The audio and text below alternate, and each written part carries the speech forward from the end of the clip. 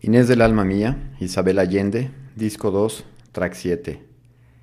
Capítulo 2, América, 1537-1540.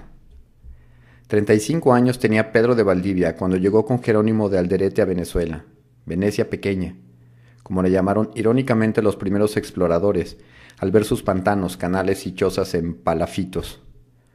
Había dejado a la delicada Mariana Ortiz de Gaete con la promesa de que regresaría rico o enviaría por ella tan pronto como fuese posible. Magro consuelo para la joven abandonada. Y había gastado lo que tenía, endeudándose además para financiar el viaje. Como cualquiera que se aventuraba en el nuevo mundo, colocó sus bienes, su honor y su vida al servicio de la empresa, aunque las tierras conquistadas y un quinto de las riquezas, si las había, pertenecerían a la corona de España. Tal como decía Belalcázar, con autorización del rey, la aventura se llamaba conquista, sin ella era asalto a mano armada.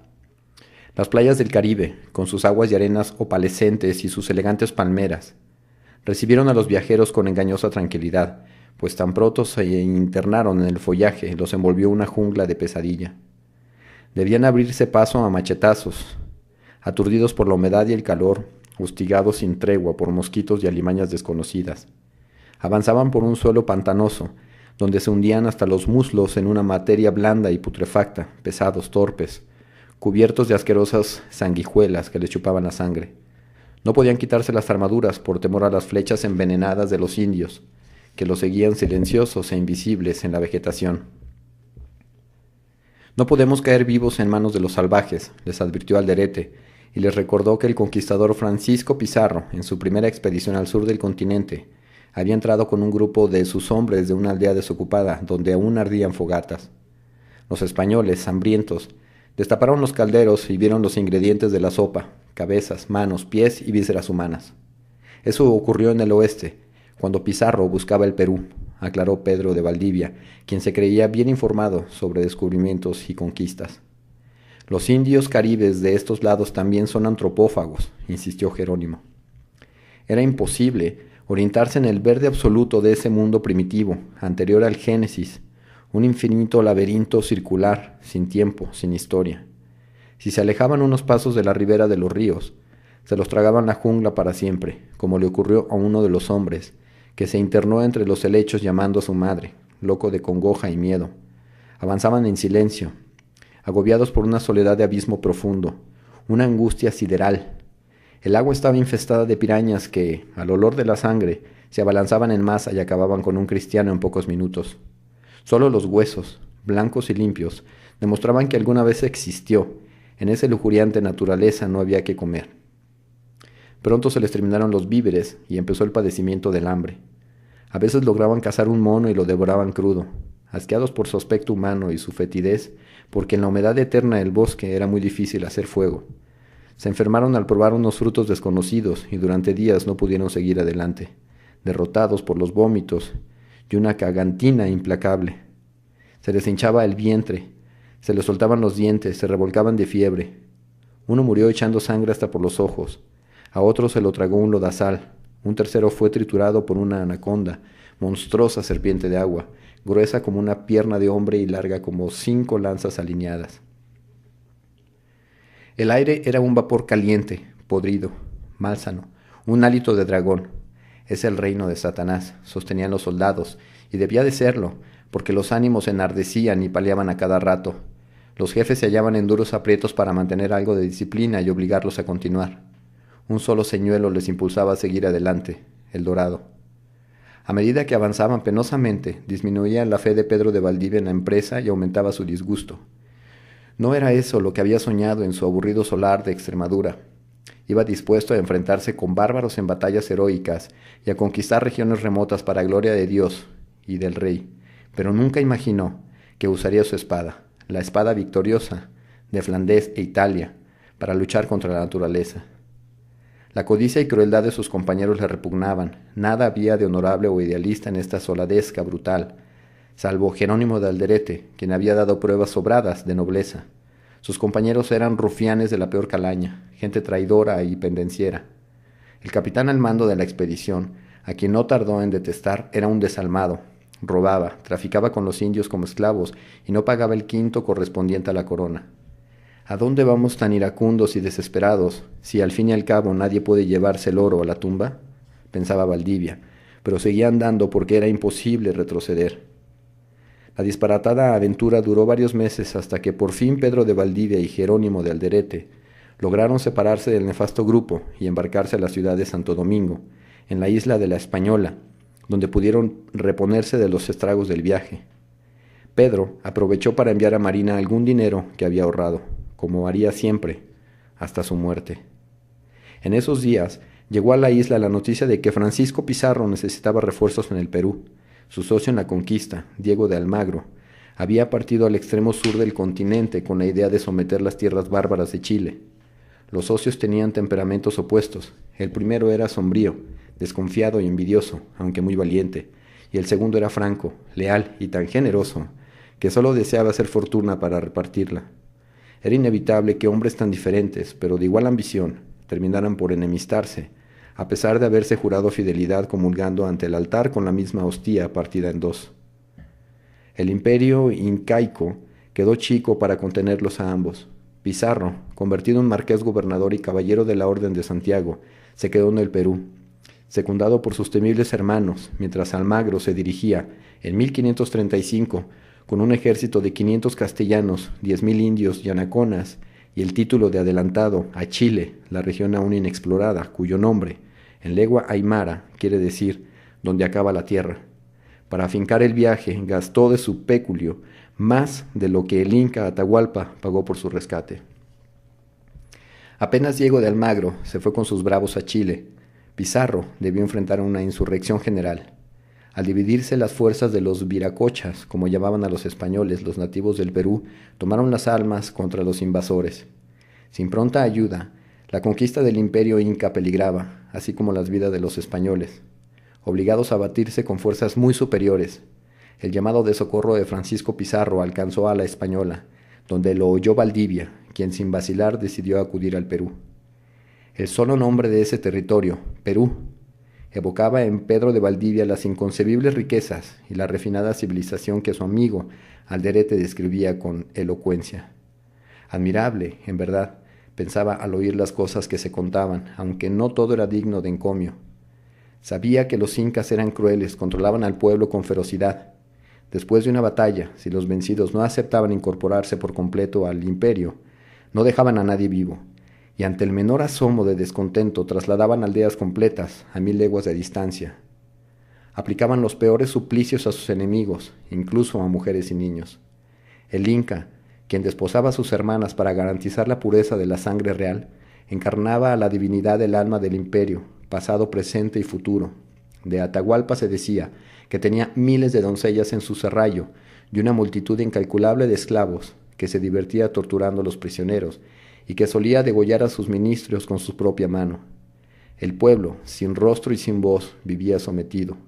Su destino era trabajar desde la infancia hasta la muerte en beneficio de los orejones, cortesanos, sacerdotes y militares, que vivían en un Fausto babilónico, mientras el hombre común y su familia sobrevivían apenas con el cultivo de un terruño que les era asignado, pero no les pertenecía. Contaban los españoles que muchos indios practicaban la sodomía, que en España se pagaba con la muerte, aunque los incas la habían prohibido. Buena prueba de lujuria de esa gente eran las cerámicas eróticas que los aventureros mostraban en las tabernas para regocijo de los parroquianos, quienes no sospechaban que se pudiese holgar de tan variadas maneras. Aseguraban que las madres rompían la virginidad de sus hijas con los dedos antes de entregarlas a los hombres. Nadie hallaba a Valdivia en aspirar a la fortuna que podría encontrar en el Perú, pero no era ese su incentivo, sino la obligación de luchar junto a los suyos y alcanzar la gloria, que hasta entonces le había sido escurridiza. Eso lo distinguía de los demás participantes de la expedición de socorro, que iban encandilados por el brillo del oro. Así me lo aseguró él mismo muchas veces, y se lo creo, porque esa conducta era consecuente con las demás decisiones de su vida. Impulsado por su idealismo, abandonó años más tarde la seguridad y la riqueza que por fin habían obtenido para intentar la conquista de Chile, empresa en la que Diego de Almagro había fracasado. Gloria, siempre gloria. Ese fue el único norte de su destino. Nadie amó a Pedro más que yo. Nadie lo conoció más que yo, Por eso, puedo hablar de sus virtudes, tal como más adelante deberé referirme a sus defectos, que no eran leves. Es cierto que me traicionó y conmigo fue cobarde, pero hasta los hombres más íntegros y valientes suelen fallarnos a las mujeres, y puedo asegurarlo, Pedro de Valdivia fue uno de los hombres más íntegros y valientes de los que han venido al Nuevo Mundo. Inés del alma mía, Isabel Allende. Disco 3, track 1. Valdivia se dirigió por tierra a Panamá y allí se embarcó, en 1537, junto a 400 soldados, rumbo al Perú. El viaje demoró un par de meses, y cuando llegó a su destino, la sublevación de los indios ya había sido sofocada por la oportuna intervención de Diego de Almagro, quien regresó de Chile a tiempo para unir sus fuerzas a la de Francisco Pizarro. Almagro habría atravesado las cumbres más heladas en su avance hacia el sur. Había sobrevivido a increíbles padecimientos y había regresado por el desierto más caliente del planeta, arruinado. Su expedición a Chile alcanzó hasta el Biobío, el mismo río donde los Inca habían retrocedido 70 años antes, cuando pretendieron en vano adueñarse del territorio de los indios del sur, los mapuche. También los incas, como Almagro y sus hombres, fueron detenidos por ese pueblo guerrero. Mapuche, gente de la tierra.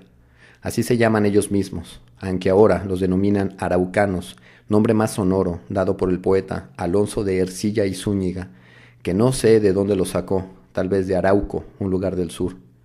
Yo pienso seguir llamándolos mapuche. La palabra no tiene plural en castellano, hasta que me muera, porque así se dicen ellos mismos. No me parece justo cambiarles el nombre para facilitar la rima, araucano, castellano, hermano, cristiano, y así durante 300 cuartillas. Alonso era un mocoso en Madrid cuando los primeros españoles luchábamos en este suelo. Llegó a la conquista de Chile un poco atrasado, pero sus versos contarán la epopeya por los siglos de los siglos. Cuando de los esforzados fundadores de Chile no quede ni el polvo de sus huesos, nos recordarán por la obra de aquel joven, quien no siempre es fiel a los hechos, ya que en su deseo de rimar los versos suele sacrificar la verdad. Además, no nos deja bien parados. Me temo que muchos de sus admiradores tendrán una idea algo errada de lo que es la guerra de la Araucanía. El poeta acusa a los españoles de crueldad y desmedida ambición de riqueza, mientras exalta a los mapuche, a quienes atribuye bravura, nobleza, caballerosidad, ánimo de justicia y hasta ternura con sus mujeres. Creo conocerlos mejor que Alonso, porque llevo 40 años defendiendo lo que fundamos en Chile, y él apenas estuvo aquí unos meses. Admiro a los mapuche por su coraje y su amor exaltado a la tierra, pero puedo afirmar que no son un dechado de compasión y dulzura. El amor romántico que tanto exalta Alonso es bastante raro entre ellos. Cada hombre tiene varias mujeres, a las que trata como bestias de trabajo y crianza. Así les consta a las españolas que han sido raptadas. Son tales las humillaciones padecidas en cautiverio, que estas pobres mujeres, avergonzadas, a menudo prefieren no regresar al seno de sus familias. Admito, eso sí, que los españoles no tratan mejor a las indias destinadas a su holgura y servicio. Los mapuche nos aventajan en otros aspectos, por ejemplo, no conocen la codicia. Oro, tierras, títulos, honores, nada de eso les interesa. No poseen más techo que el cielo, ni más lecho que el musgo. Andan libres por el bosque, con el viento en la melena, galopando en los caballos que nos han robado. Otra virtud que les celebro es el cumplimiento de la palabra dada. No son ellos quienes faltan a los pactos establecidos, sino nosotros. En tiempos de guerra atacan por sorpresa, pero no a traición, y en tiempos de paz respetan los acuerdos. Antes de nuestra llegada no conocían la tortura y respetaban a los prisioneros de guerra. El peor castigo es el exilio, la expulsión de la familia y de la tribu, más temida que la muerte. Los crímenes graves se pagan con una ejecución rápida. El condenado cava su propia tumba, donde echa palitos y piedras mientras nombra a los seres que desea que lo acompañen al otro lado. Luego recibe un mazazo mortal en el cráneo. Me asombra el poder de esos versos de Alonso, que inventan la historia, desafían y vencen al olvido. Las palabras sin rima, como las mías, no tienen la autoridad de la poesía, pero de todos modos debo relatar mi versión del acontecido para dejar memoria de los trabajos que las mujeres hemos pasado en Chile y que suelen escapar a los cronistas, por diestros que sean. Al menos tú, Isabel, debes conocer toda la verdad, porque eres mi hija del corazón, aunque no lo seas de sangre. Supongo que podrán estatuas de mi persona en las plazas, y habrá calles y ciudades con mi nombre. como las habrá de Pedro de Valdivia y otros conquistadores, pero cientos de esforzadas mujeres que fundaron los pueblos, mientras sus hombres peleaban, serán olvidadas. Me distraje. Volvamos a lo que estaba contando, porque no me sobra tiempo. Tengo el corazón cansado. Diego de Almagro abandonó la conquista de Chile, forzado por la resistencia invencible de los mapuche, la presión de sus soldados, desencantados por la escasez de oro, y las malas noticias de la rebelión de los indios en el Perú. Emprendió el regreso para ayudar a Francisco Pizarro a sofocar la insurrección y juntos consiguieron derrotar definitivamente a las huestes enemigas. El imperio de los incas, asolado por el hambre, la violencia y el desorden de la guerra bajo la cerviz. Sin embargo, lejos de agradecer la intervención de Almagro en su favor, Francisco Pizarro y sus hermanos se volvieron contra él para quitarle el Cusco, ciudad que le correspondía en el reparto territorial hecho por el emperador Carlos V. Para satisfacer la ambición de los Pizarro no alcanzaban esas tierras inmensas, con sus incalculables riquezas. Querían más, lo querían todo. Francisco Pizarro y Diego de Almagro terminaron por tomar las armas y se enfrentaron, en el sitio de Abancay, en una corta batalla que culminó con la derrota del primero. Almagro, siempre magnánimo, trató con inusual clemencia a sus prisioneros, también a los hermanos Pizarro, sus implacables enemigos. Admirados de su actitud, muchos soldados vencidos se pasaron a sus filas, mientras sus leales capitales le rogaban que ejecutara a los Pizarro y aprovechara su ventaja para adueñarse del Perú. Almagro desatendió los consejos y optó por la reconciliación con el ingrato socio que le había agraviado. Pedro de Valdivia llegó a la ciudad de los Reyes en aquellos días y se puso a las órdenes de quien había convocado, Francisco Pizarro. Respetuoso de la legalidad, no cuestionó la autoridad ni las intenciones del gobernador. Este era el representante de Carlos V, y eso le bastó. Sin embargo, lo último que Valdivia deseaba era participar en una guerra civil. Había viajado hasta allí para combatir a indios insurrectos, y nunca se puso en el caso de tener que hacerlo contra otros españoles. Trató de servir de intermediario entre Pizarro y Almagro para llegar a una solución pacífica, y en un momento creyó estar a punto de lograrla. No conocía a Pizarro, quien decía una cosa, pero en la sombra planeaba otra. Mientras el gobernador se daba tiempo con discursos de amistad, preparaba su plan para acabar con Almagro, siempre con la idea fija de gobernar solo y apropiarse del Cusco. Envidiaba los méritos de Almagro, su eterno optimismo y, sobre todo, la lealtad que provocaba en sus soldados, porque él se sabía detestado. Después de más de un año de escaramuzas, convenios violados y traiciones, las fuerzas de ambos rivales se enfrentaron en las Salinas, cerca del Cusco. Francisco Pizarro no encabezó su ejército, sino que lo colocó bajo del mando de Pedro de Valdivia, cuyos méritos militares eran conocidos de todos. Los nombró maestre de campo, porque había luchado bajo las órdenes del marqués de Pescara en Italia y tenía experiencia en batirse contra europeos, ya que una cosa era enfrentarse con indios mal armados y anárquicos, y otra era hacerlo contra disciplinados soldados españoles. En su representación asistió a la batalla su hermano, Hernando Pizarro, odiado por su crueldad y arrogancia. Deseo que este quede muy claro, para que no se culpe a Pedro de Valdivia de las atrocidades cometidas en esos días, de las cuales tuve pruebas contundentes porque me tocó atender a los infelices cuyas llagas no sanaban aún meses después de la batalla. Los pizarristas contaban con cañones y 200 hombres más que Almagro. Estaban muy bien armados, llevaban arcabuces nuevos y unas balas mortíferas, como pelotas de hierro, que al abrirse desplegaban varias cuchillas afiladas.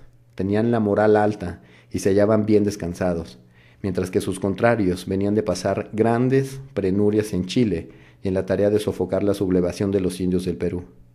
Diego de Almagro estaba muy enfermo y tampoco participó en la batalla. Los dos ejércitos se dieron cita en el Valle de las Salinas, en un rosado amanecer, mientras millares de indios quechuas observaban desde las colinas el divertido espectáculo de los viracochas matándose unos a otros como fieras rabiosas. No entendían las ceremonias ni las razones de estos bardugos guerreros. Primero formaban en filas ordenadas, luciendo sus bruñidas armaduras y gallardos caballos. Luego ponían una rodilla en tierra, mientras 8 otros viracochas, vestidos de negro, hacían magia con cruces y copones. Comían un pedacito de pan, se santiguaban, recibían bendiciones, se saludaban de lejos y al fin, cuando ya habían transcurrido casi 2 horas de esta danza, se aprestaban para asesinarse mutuamente. Lo hacían con método y enseñamiento. Durante horas y más horas peleaban cuerpo a cuerpo gritando lo mismo. Viva el rey y España, Santiago y a ellos. En la confusión y el polvo que levantaban las patas de las bestias y las botas de los hombres, no se sabía quién era quién, porque los uniformes se habían vuelto todos color arcilla. Entretanto, los indios aplaudían, cruzaban apuestas, saboreaban su merienda de maíz asado y carne salada, mascaban coca, bebían chicha, se acaloraban y se cansaban, porque la reñida batalla duraba demasiado. Inés del alma mía, Isabel Allende, disco 3, track 2. Al final del día, los pizarristas salieron vencedores gracias a la pericia militar del maestre de campo Pedro de Valdivia. Héroe de la jornada, pero fue Hernando Pizarro quien dio la última orden. A degüello. Sus soldados, animados por un odio nuevo, que después ellos mismos no se explicaban y los cronistas no podían enderezar, se encarnizaron en un baño de sangre contra cientos de sus compatriotas, muchos de los cuales habían sido sus hermanos en la aventura de descubrir y conquistar el Perú. Remataron a los heridos del ejército almagrista y entraron a Hierro y Pólvora al Cusco, donde violaron a las mujeres, tanto españolas como indias y negras, y robaron y destrozaron hasta saciarse. Acometieron contra los vencidos con tanto salvajismo como los incas, lo que es mucho decir, porque estos nunca fueron considerados. Basta recordar que entre los tormentos habituales estaba el de colgar a los condenados no por los pies con las tripas enrolladas al cuello, o el de desollarlos y, mientras aún estaban vivos, hacer tambores con la piel.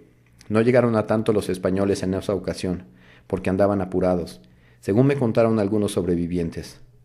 Varios soldados de Almagro, que no parecieron de inmediato a manos de sus compatriotas, fueron aniquilados por los indios, que descendieron de los cerros al final de la batalla, dando alaridos de contento, porque por una vez las víctimas no eran ellos. Celebraron vejando los cadáveres, los hicieron picadillo a cuchilladas y golpes de piedra. Para Valdivia, quien había luchado desde los 20 años en muchos frentes y contra diversos enemigos, ese fue uno de los más vergonzosos momentos de su oficio de militar. A menudo despertó gritando en mis brazos, atormentado por pesadillas en que se le aparecían los compañeros degollados, tal como después del saqueo de Roma, se le aparecían madres que se suicidaban con sus hijos para escapar de la soldadesca. Diego de Almagro, de 61 años y muy debilitado por su enfermedad y la campaña de Chile, fue hecho prisionero, humillado y sometido a un juicio que duró 2 meses, en el que no tuvo oportunidad de defenderse. Cuando supo que había sido sentenciado a muerte, pidió que el maestre de campo enemigo Pedro de Valdivia fuese testigo de sus últimas disposiciones. No encontró otro más digno de su confianza. Diego de Almagro era todavía un hombre de buena estampa, a pesar de los estragos de la sífilis y de tantas batallas. Llevaba un parche negro en el ojo que había perdido en un encuentro con salvajes antes de descubrir el Perú. En esa ocasión, él mismo se arrancó de un tirón la flecha con el ojo ensartado en ella y continuó peleando. Un hacha de piedra filuda le remanó 3 dedos de la mano derecha. Entonces empuñó la espada con la izquierda y así, ciego y cubierto de sangre, se batió hasta que fue socorrido por sus compañeros. Después le cauterizaron la herida con un hierro rojo y aceite hirviendo, lo que le deformó la cara, pero no destruyó el atractivo de su risa franca y su expresión amable. Que le den tormento en la plaza, delante de toda la población, merece ejemplar castigo, ordenó Hernando Pizarro. No seré partícipe de eso, excelencia. Los soldados no lo aceptarán. Ha sido duro batirse entre hermanos. No echemos sal en la herida. Podría haber una revuelta en la tropa, le aconsejó Valdivia. Almagro nació villano, que muera como un villano, replicó Hernando Pizarro. Pedro de Valdivia se abstuvo de recordarle que los Pizarro no eran de mejor cuna que Diego de Almagro. También Francisco Pizarro era hijo ilegítimo, no recibió educación y había sido abandonado por su madre. Los dos eran pobres de solemnidad antes de que un afortunado revés del destino los colocara en el Perú y los hiciera más ricos que el rey Salomón. Don Diego de Almagro ostenta los títulos de adelantado y gobernador de Nueva Toledo. ¿Qué explicación se le dará a nuestro emperador?, insistió Valdivia. Os repito, con todo respeto, excelencia, que no conviene provocar a los soldados cuyos ánimos ya están bastante exaltados. Diego de Almagro es un militar sin tacha. Volvió de Chile derrotado por una banda de salvajes desnudos, exclamó Hernando Pizarro. No, excelencia, regresó de Chile para socorrer al hermano de vuestra merced, el señor marqués gobernador. Hernando Pizarro comprendió que el maestre de campo tenía razón, pero no estaba en su carácter retractarse y menos perdonar al enemigo. Ordenó que Almagro fuese degollado en la plaza del Cusco. En los días previos a la ejecución, Valdivia estuvo a menudo a solas con Almagro en la celda lóbrega e inmunda que fue la última morada del adelantado. Lo admiraba por sus hazañas de soldado y su fama de generoso, aunque conocía algunos de sus errores y flaquezas. En cautiverio, Almagro le contó lo que vivió en Chile durante los 18 meses de su peregrinaje, plantando en la imaginación de Valdivia el proyecto de la conquista que él no pudo llevar a cabo. Le describió el espantoso viaje por las altas sierras, vigilados por los cóndores, que volaban en lentos círculos sobre sus cabezas a la espera de nuevos caídos para limpiarles los huesos. El frío mató a más de 2000 indios auxiliares, los llamados yanaconas, 200 negros, cerca de 50 españoles e incontables caballos y perros.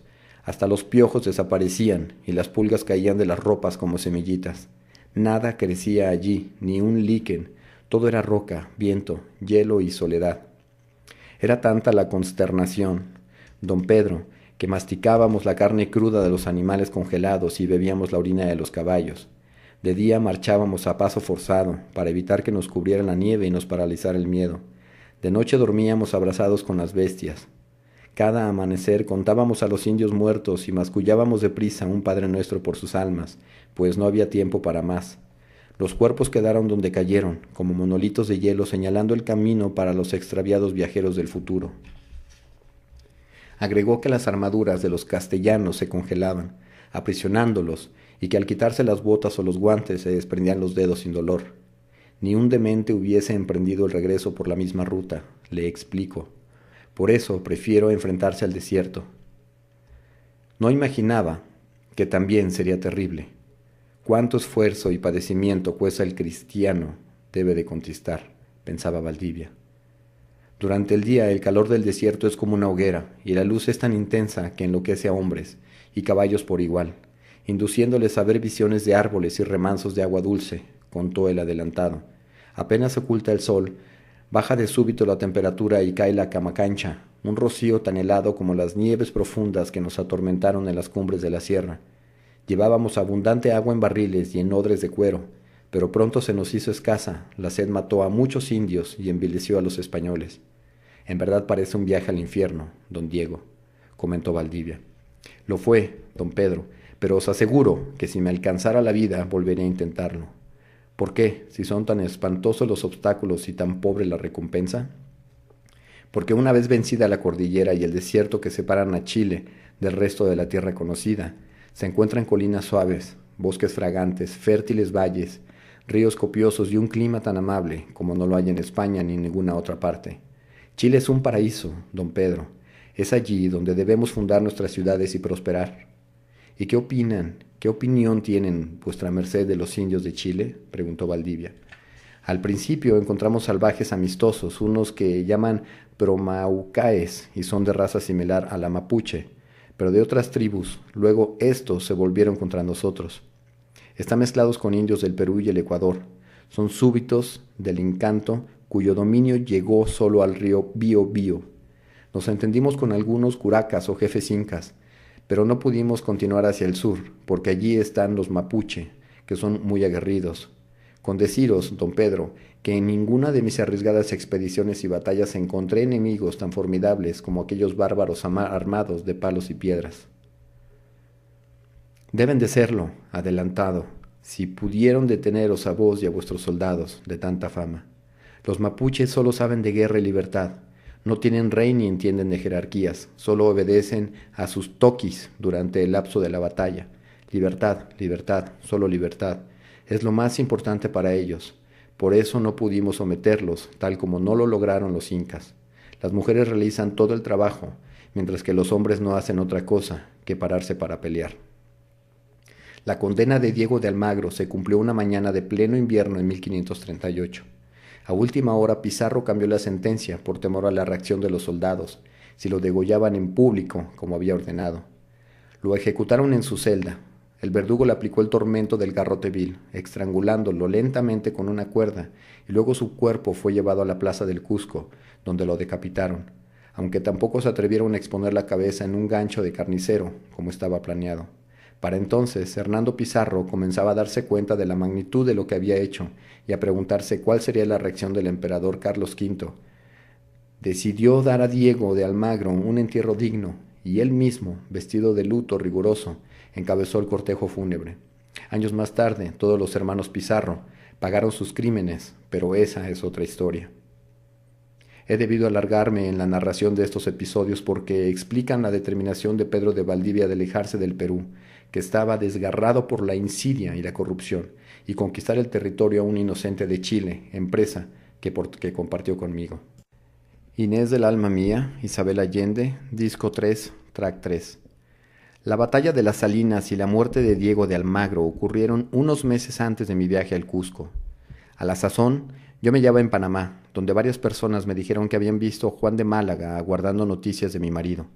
En el puerto se daba cita a quienes iban o venían de España.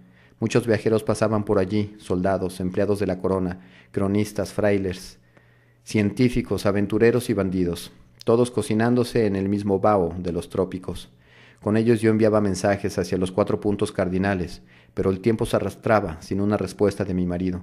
Entretanto, me gané la vida con los oficios que conozco: coser, cocinar, componer huesos y curar heridas.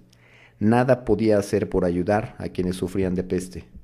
Fiebres que convierten la sangre en melaza, mal francés y picaduras de bichos ponzoñosos, que allí abundan y no tienen remedio.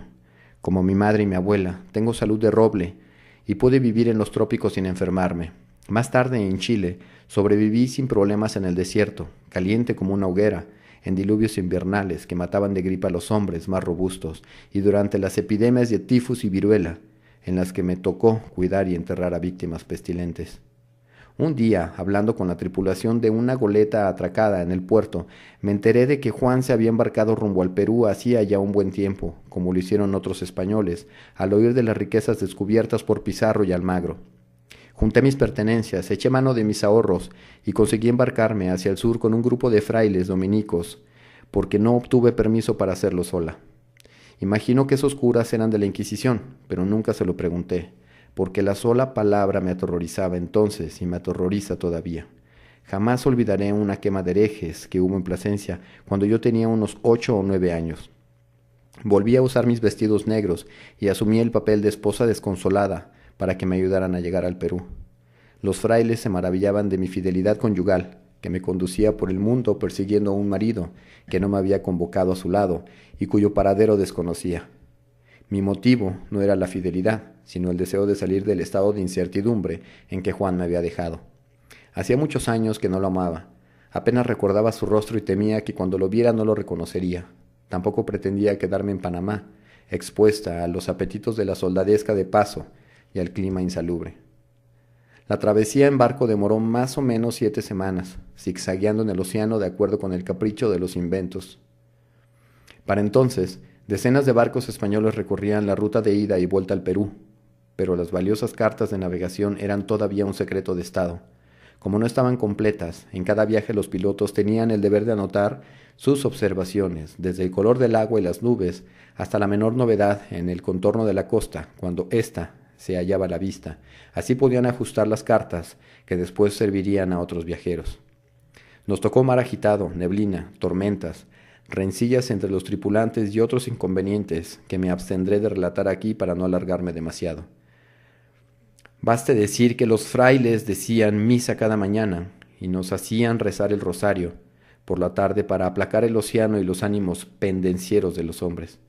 Todos los viajes son peligrosos. Me horroriza ir a merced del agua inmensa en un frágil embarcación, desafiando a Dios y a la naturaleza, lejos del humano socorro. Prefiero verme citada por indios salvajes, como los he estado tantas veces, que subirme de nuevo a un barco. Por eso nunca se me ocurrió regresar a España, ni siquiera en los tiempos en que la amenaza de los indígenas nos obligó a evacuar las ciudades y a escapar como ratones. Supe siempre que mis huesos acabarían en tierra de indias.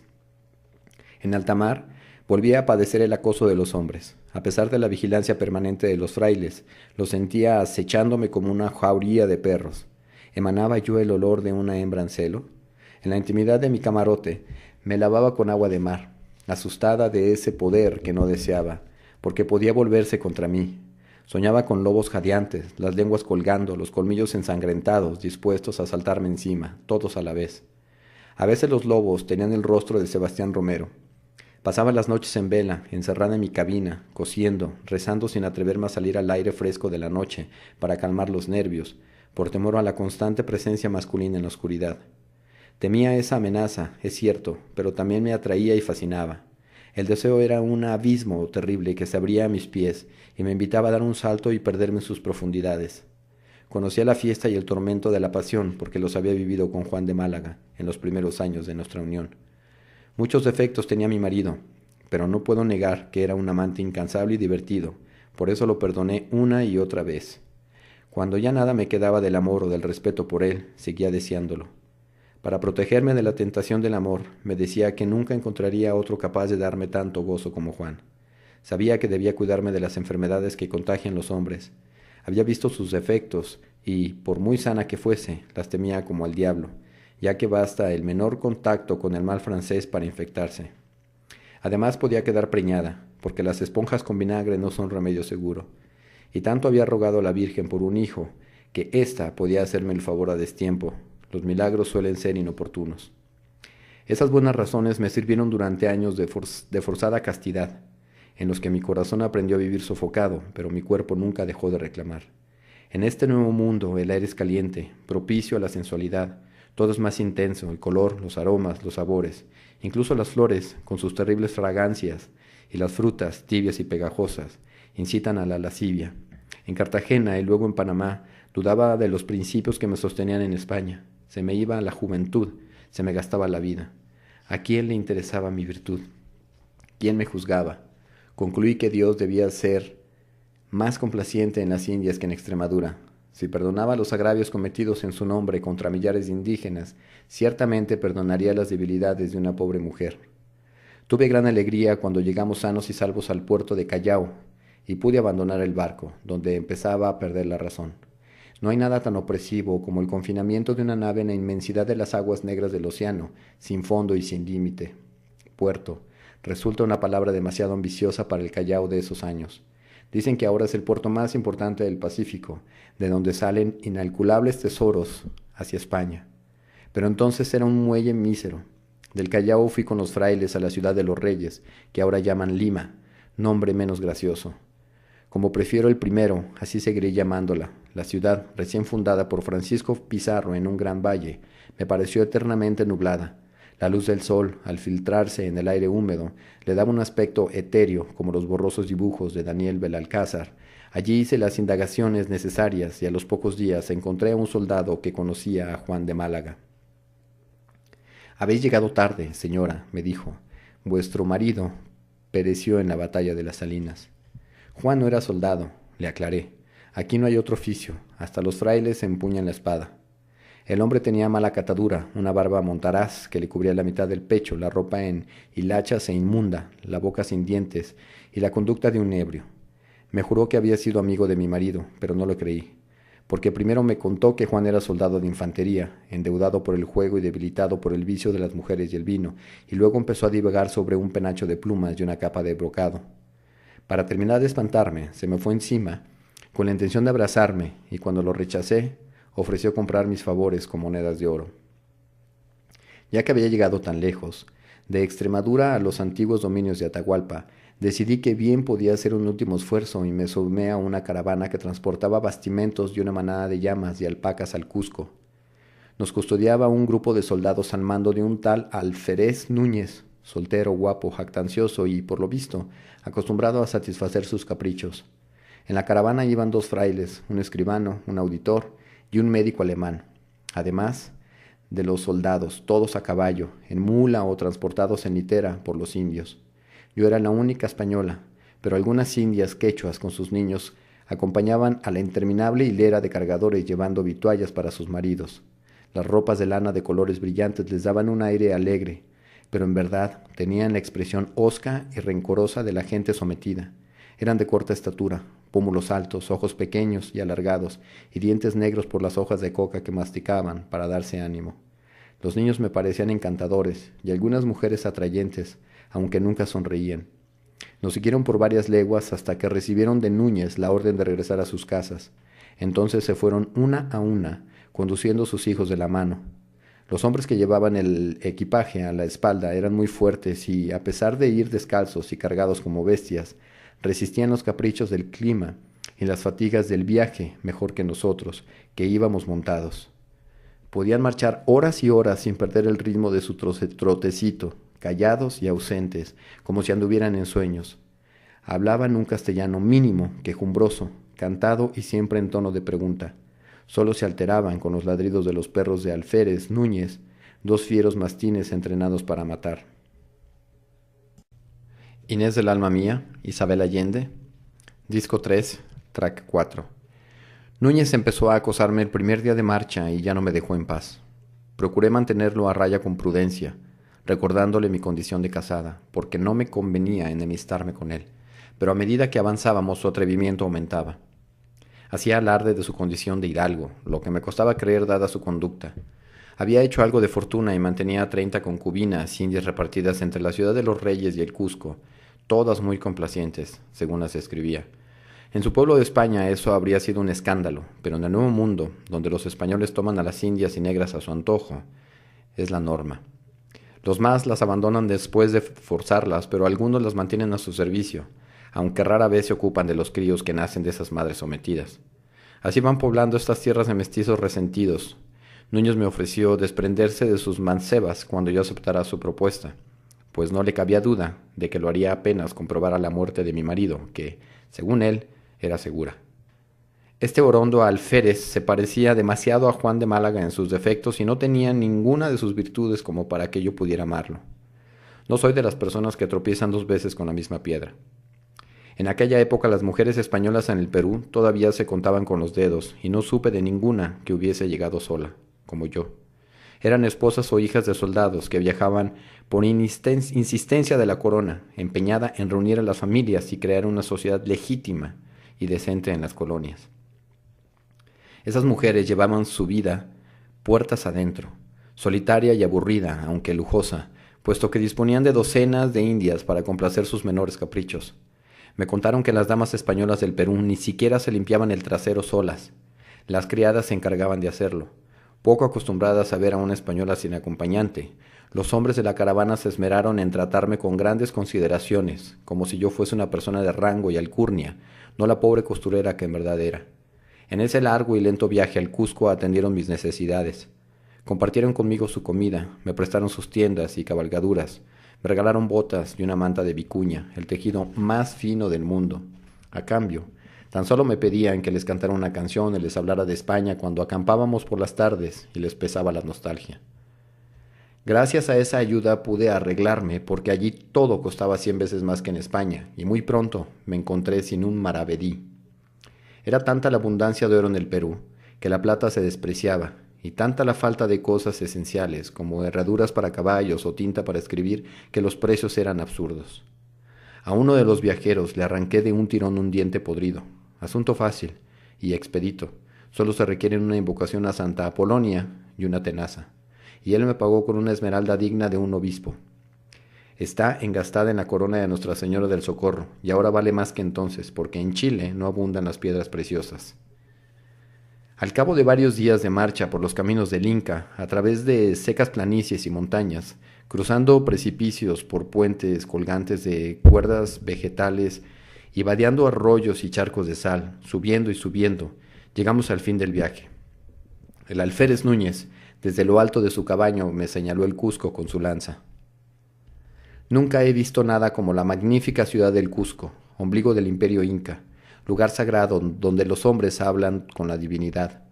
Tal vez Sevilla, Roma o algunas ciudades de los moros, que tienen fama de espléndidas, puedan compararse al Cusco, pero yo no las conozco. A pesar de los destrozos de la guerra y el vandalismo sufrido, era una joya blanca resplandeciente bajo un cielo color púrpura. Se me cortó el aliento y durante varios días anduve sofocada, no por la altura y el aire delgado, como me advirtieron, sino por la pesada belleza de sus templos, fortalezas y edificios. Dicen que cuando llegaron los primeros españoles había palacios laminados de oro, pero ahora estaban los muros desnudos. Al norte de la ciudad se alza una espectacular construcción, Sacayasuhuamán, la fortaleza sagrada, Con sus 3 hileras de altas murallas zigzagueantes, el Templo del Sol, su laberinto de calles, torrenes, andenes, escaleras, terrazas, sótanos y habitaciones, donde vivían con holgura 50 o 60.000 personas. Su nombre significa halcón satisfecho, y como un halcón vigila el Cusco. Fue construida con monumentales bloques de piedras talladas y ensambladas sin argamasa, y con tal perfección, que no cabe una fina daga entre las junturas. ¿Cómo cortaron esas enormes rocas sin herramientas de metal? ¿Cómo las transportaron sin ruedas ni caballos desde muchas leguas de distancia? Y me preguntaba también cómo un puñado de soldados españoles logró conquistar en tan poco tiempo un imperio capaz de erigir esa maravilla. Por mucho que asusaran las disputas entre los incas y que contaran con miles de yanaconas dispuestos a servirlos y batirse por ellos, la epopeya me parece, todavía hoy, inexplicable. Tenemos a Dios de nuestro lado, además de pólvora y hierro, decían los castellanos, agradecidos de que los nativos se defendieran con armas de piedra. Cuando nos vieron llegar por el mar en grandes casas provistas de alas, creyeron que éramos dioses, añadían, pero yo creo que fueron ellos quienes difundieron esa idea tan conveniente y terminaron por creerla los indios y ellos mismos. Anduve por las calles del Cusco asombrada, escudriñando a la multitud. Esos rostros cobrizos nunca sonreían ni me miraban a los ojos. Trataban de imaginar sus vidas antes de que llegáramos nosotros, cuando por esas mismas calles paseaban familias completas, vestidas con vistosos trajes de colores, sacerdotes con petos de oro, el inca cuajado de joyas y transportado en una litera de oro decorada con plumas de aves fabulosas, acompañado por sus músicos, sus orondos guerreros y su interminable séquito de esposas y vírgenes del sol. Esa compleja cultura seguía casi intacta, a pesar de los invasores, pero era menos visible. El Inca había sido puesto en el trono y era mantenido como prisionero de lujo por Francisco Pizarro. Nunca lo vi, porque no tuve acceso a su corte secuestrada. En las calles estaba el pueblo, numeroso y callado. Por cada barbudo hacía centenares de indígenas lampiños. Los españoles altaneros y ruidosos existían en otra dimensión, como si los nativos fuesen invisibles. Solo sombras en las angostas callejuelas de piedra. Los indígenas cedían el paso a los extranjeros, que los habían derrotado, pero mantenían sus costumbres, creencias y jerarquías, con la esperanza de librarse de los barbudos a punta de tiempo y paciencia. No podían concebir que se quedarían para siempre. Para entonces la violencia fratricida que dividió a los españoles en tiempos de Diego de Almagro se había calmado. En el Cusco la vida recomenzaba a un ritmo lento, con paso cauteloso, porque existía mucho rencor acumulado y los ánimos se caldeaban con facilidad. Los soldados estaban aún en ascuas por la despiadada guerra civil, el país se hallaba empobrecido y desordenado y los indios eran sometidos a trabajos forzados. Nuestro emperador Carlos V había ordenado en sus reales cédulas tratar a los nativos con respeto, evangelizarlos y civilizarlos por la bondad y las buenas obras, pero esa no era la realidad. El rey, quien nunca había pisado el Nuevo Mundo, dictaba sus juiciosas leyes en oscuros salones de palacios muy antiguos, a miles de leguas de distancia de los pueblos que pretendía gobernar, sin tener en cuenta la perpetua codicia humana. Muy pocos españoles respetaban esas ordenanzas, y menos que nadie el marqués gobernador Francisco Pizarro.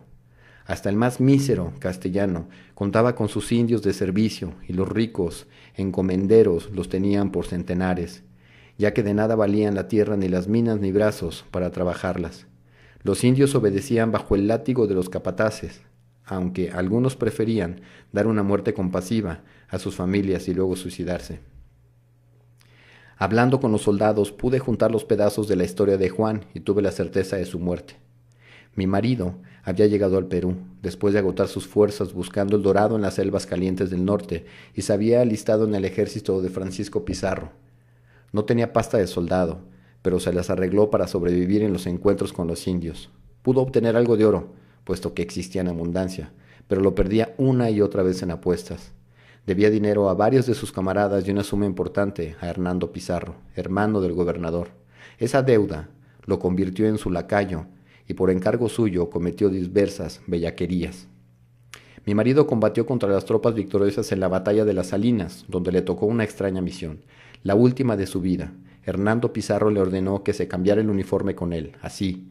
Mientras Juan llevaba el traje de terciopelo color naranja, la fina armadura, el yelmo con celada de plata coronado de albo penacho y la capa adamascada que caracterizaba al primero, este se mezclaba entre los infantes vestido de soldado raso. Es posible que Hernando Pizarro, escogiera a mi marido por la altura. Juan era de su mismo tamaño. Supuso que sus enemigos lo buscarían durante la batalla, como en verdad ocurrió.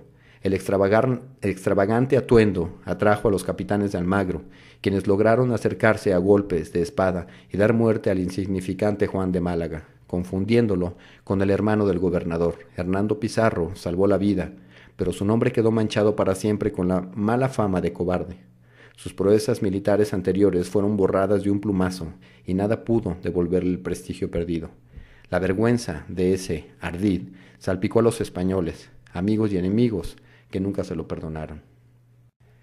Inés del alma mía, Isabel Allende, disco 3, track 5. Una presurosa conspiración de silencio se tejió para proteger a este Pizarro, a quienes todos temían, pero la vileza cometida en la batalla circulaba en voz baja por tabernas y corrillos. Nadie se quedó sin conocerla y comentarla, y así puede averiguar los detalles, aunque no encontré los restos de mi marido. Desde entonces me atormenta la sospecha de que Juan no recibió cristiana sepultura y por eso su alma anda en pena, buscando reposo. Juan de Málaga me siguió en el largo viaje a Chile, me acompañó en la fundación de Santiago, sostuvo mi brazo para ajusticiar a los caciques y se burló de mí cuando lloraba de rabia y de amor por Valdivia. Todavía hoy, más de 40 años después, se me aparece de vez en cuando, aunque ahora me fallan los ojos y suelo confundirlo con otros fantasmas del pasado. Mi casa de Santiago es grande, ocupa la manzana entera, incluyendo patios, caballerizas y una huerta. Sus paredes son de adobe, muy gruesas, y los techos, altos con vigas de roble. Tienen muchos escondites donde pueden instalarse ánimas errantes, demonios o la muerte, que no es un espantajo encapuchado de cuencas vacías, como dicen los frailes para meternos susto, sino una mujer grande, rolliza, de pecho opulento, y brazos acogedores, un ángel maternal. Me pierdo en esta mansión. Hace meses que no duermo, me falta la tibia mano de Rodrigo sobre el vientre. Por las noches, cuando la servidumbre se retira y solo quedan los guardias afuera y las mucamas de turno, que se mantienen en vela por si las necesito, recorro la casa con una lámpara, examino las grandes habitaciones de paredes blanqueadas con cal y de techos azules, enderezo los cuadros y las flores en los jarrones y atisbo en las jaulas de los pájaros. En realidad, ando cazando a la muerte. A veces he estado tan cerca de ella que he podido sentir su fragancia a ropa recién lavada, pero es juguetona y astuta, no puedo asirla. Se me escabulle y se oculta en la multitud de espíritus que habitan esta casa. Entre ellos está el pobre Juan, que me siguió a los confines de la tierra, con su sonajera de huesos insepultos y sus andrajos de brocado ensangrentado. En el Cusco desapareció hasta el último rastro de mi primer marido.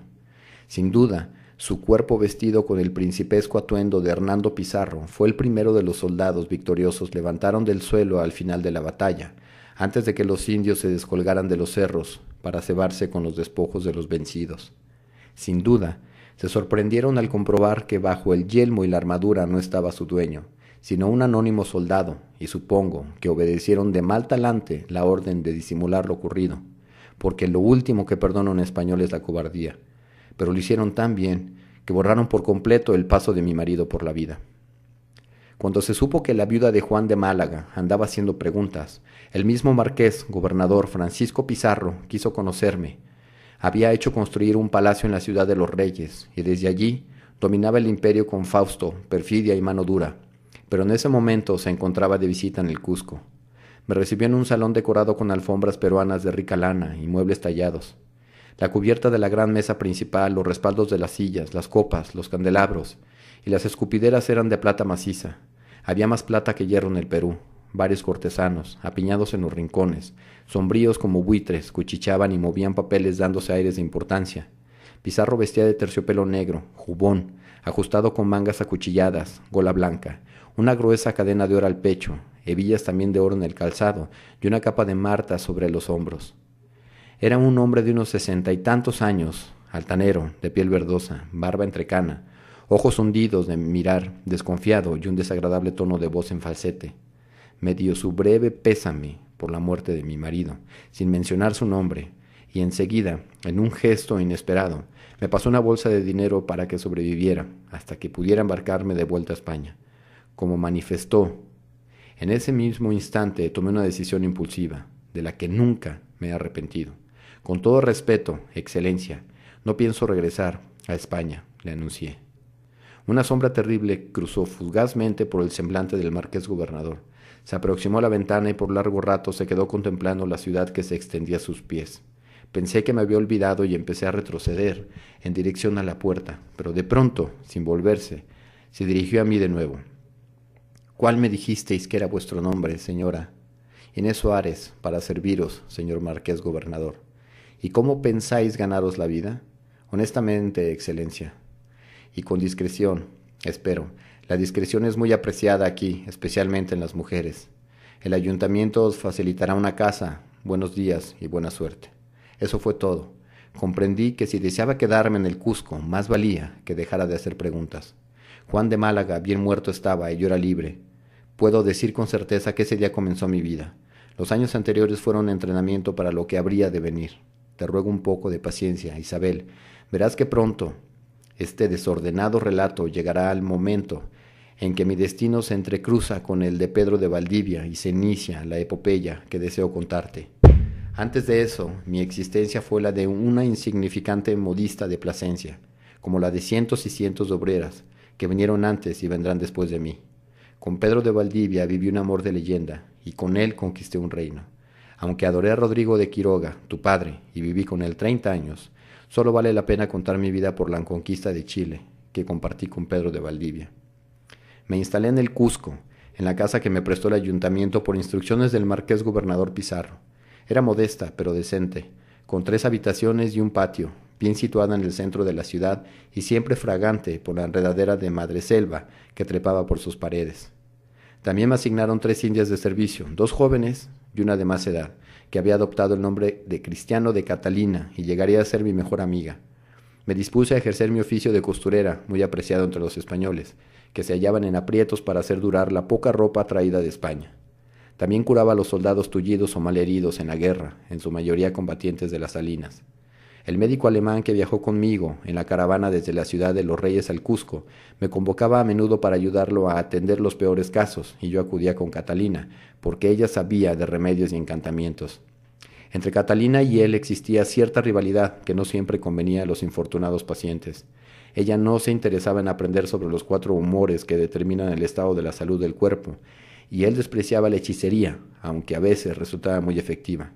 Lo peor de mi trabajo con ellos eran las amputaciones, que siempre me han repugnado, pero debían hacerse, porque si la carne empieza a pudrirse, no hay otra forma de salvar al herido.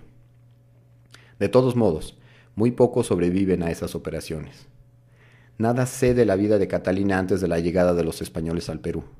No hablaba de su pasado, era desconfiada y misteriosa, baja, cuadrada, de color avellana, con 2 trenzas gruesas atadas a la espalda con lanas de colores, ojos de carbón y olor a humo. Esta Catalina podía estar en varias partes al mismo tiempo y desaparecer en un suspiro. Aprendió castellano, se adaptó a nuestras costumbres, parecía satisfecha de vivir conmigo y un par de años más tarde insistió en acompañarme a Chile. Yo queriendo ir contigo, pues señor ahí. Me suplicó en su lengua cantadita, había aceptado el bautismo para ahorrarse problemas, pero no abandonó sus creencias. Tal como rezaba el rosario y encendía velas en el altar de Nuestra Señora del Socorro, recitaba invocaciones al sol. Esta sabia y leal compañera me instruyó en el uso de las plantas medicinales y en los métodos curativos del Perú, distintos a los de España. La buena mujer sostenía que las enfermedades provienen de espíritus traviesos y demonios que se introducen por los orificios del cuerpo y se albergan en el vientre. Había trabajado con médicos incas, quienes solían perforar huecos en el cráneo de sus pacientes para librar migrañas y demencias, procedimiento que fascinaban al alemán, pero al que ningún español estaba dispuesto a someterse. Catalina sabía sangrar a los enfermos tan bien como el mejor cirujano, y era experta en purgas para aliviar los cólicos y la pesadez del cuerpo, pero se burlaba de la farmacopea del alemán. Con eso no más matando, pues tatay, le decía sonriendo con sus dientes negros de coca, y él terminó por dudar de los afamados remedios que con tanto esfuerzo había traído desde su país.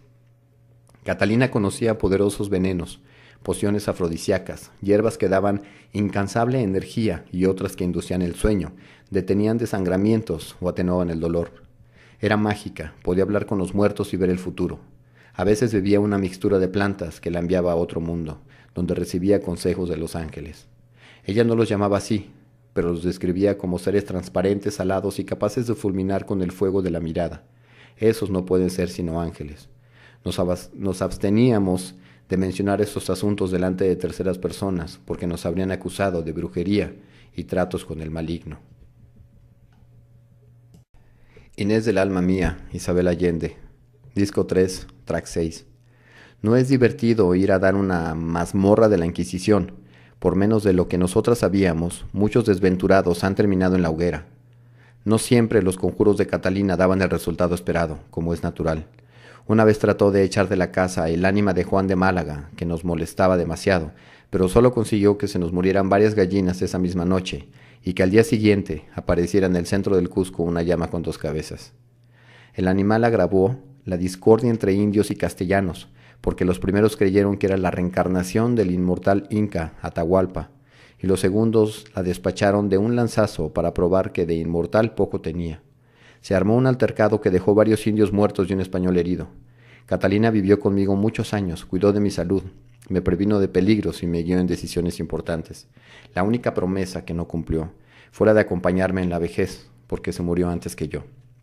A las 2 indias jóvenes que me asignó el ayuntamiento les enseñé a zurcir, lavar y planchar ropa, como se hacía en Plasencia, servicio muy apreciado en aquel tiempo en el Cusco.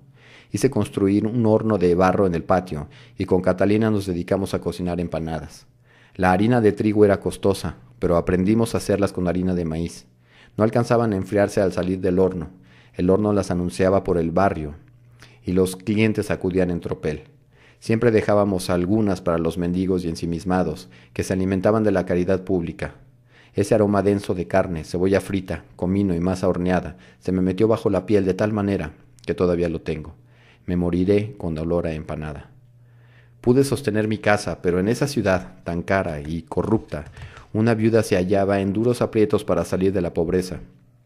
Podría haberme casado, ya que no faltaban hombres solos y desesperados, algunos bastante atractivos, pero Catalina siempre me advertía contra ellos. Solía leerme la suerte con sus cuentas y conchas de adivinar, y siempre me anunciaba lo mismo. Yo viviría muy largo y llegaría a ser reina, pero mi futuro dependía del hombre de sus visiones. Según ella, no era ninguno de quienes golpeaban mi puerta o me asediaban en la calle. Paciencia, mamitay. Ya estará viniendo tu viracocha, me prometía. Entre mis pretendientes se contaba el orgulloso Alférez Núñez, quien no renunciaba a su afán de echarme el guante, como él mismo decía con poca delicadeza.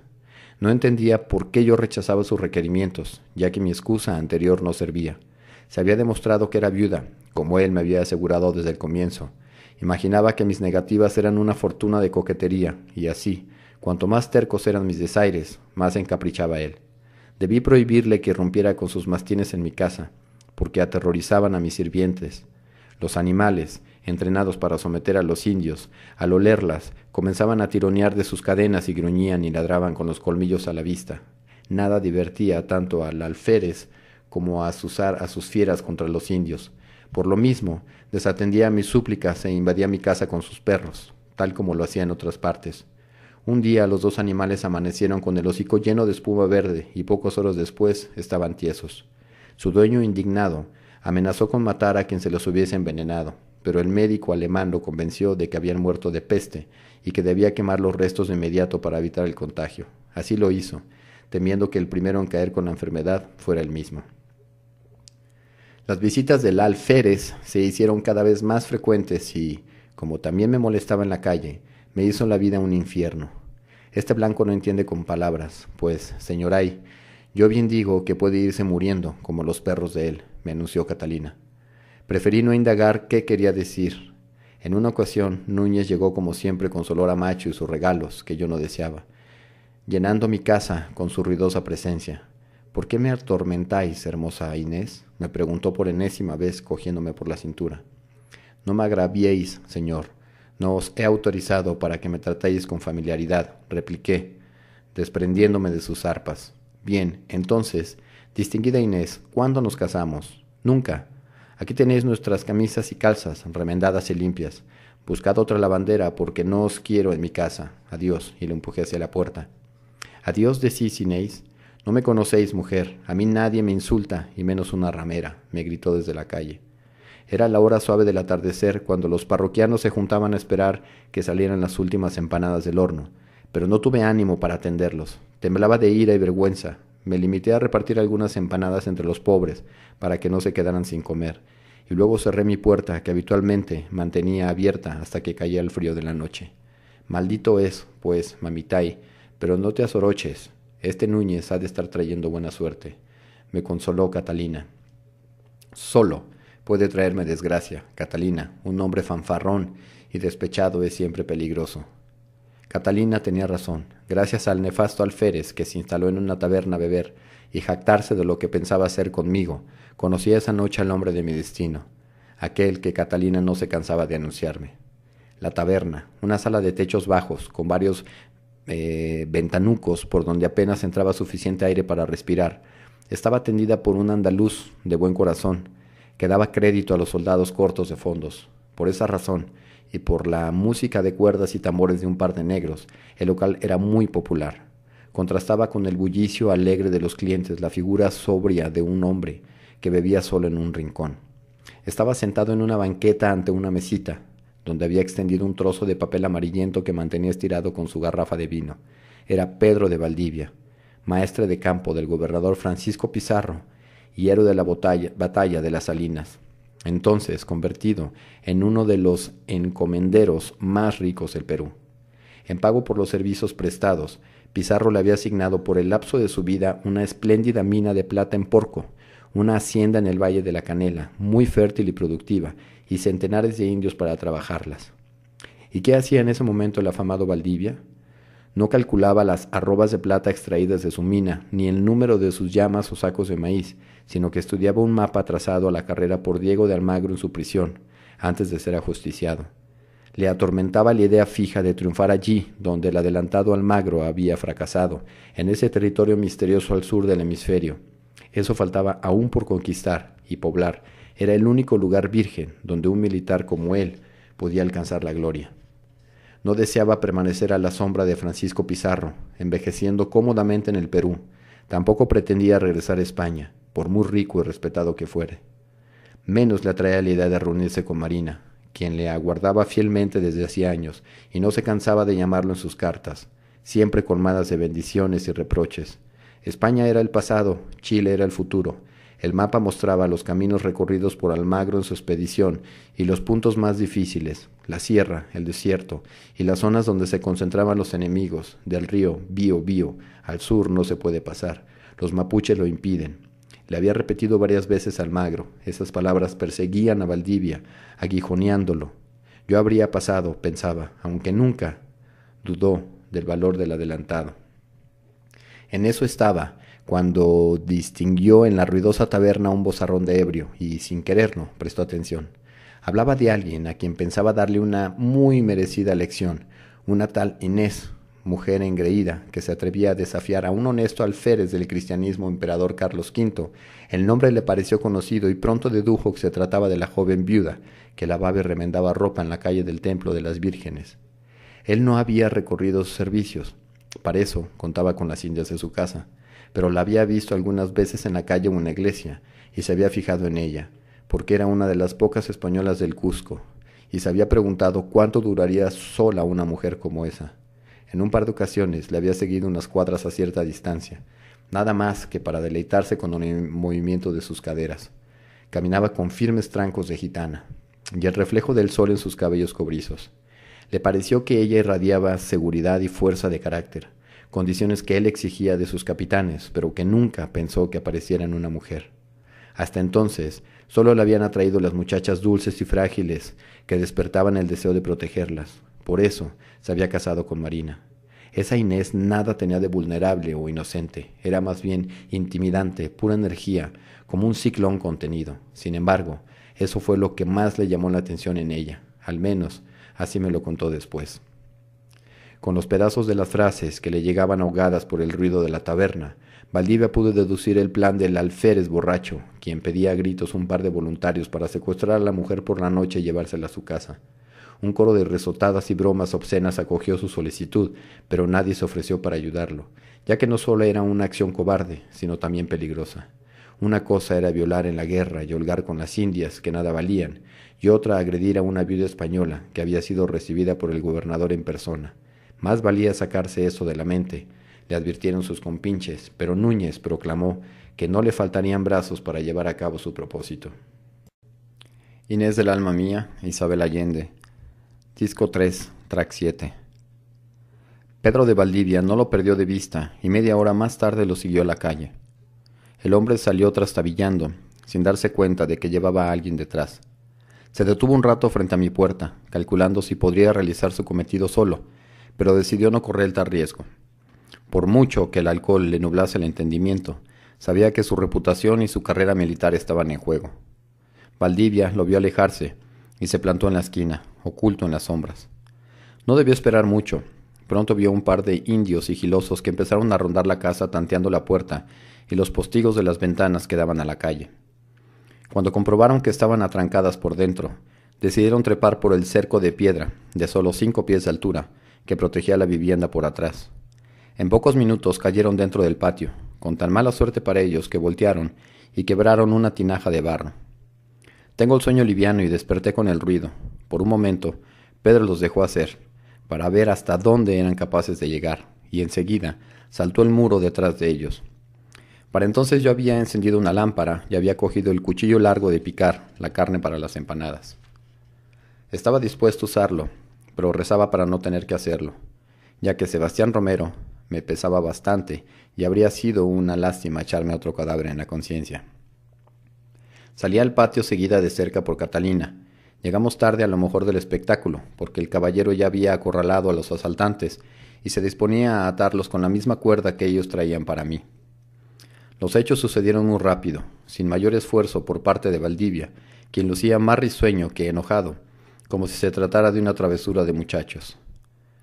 Las circunstancias resultaban bastante ridículas. Yo despeinada y en camisón de dormir, Catalina maldiciendo en quechua, un par de indios tiritando de terror y un hidalgo vestido con un jubón de terciopelo, calzón de seda y botas altas de cuero, sobado, espada en mano, barriendo el patio con la pluma del sombrero para saludarme. Los dos nos echamos a reír. Estos infelices no volverán a molestaros, señora, dijo galante. No son ellos los que me preocupan, caballero, sino quien los mandó. Tampoco ese volverá a sus bellaquerías, porque mañana habrá de vérselas conmigo. ¿Sabéis quién es? Tengo una buena idea, pero si me equivocase, estos dos confesarán en el tormento a quien obedecen. Ante estas palabras, los indios se arrojaron al suelo a besar las botas del caballero y clamar por sus vidas con el nombre del alférez Núñez en los labios. Catalina opinó que debíamos rebanarles el pescuezo allí mismo, y Valdivia estuvo de acuerdo, pero me interpuse entre su espada y aquellos infelices. No, señor, os lo ruego.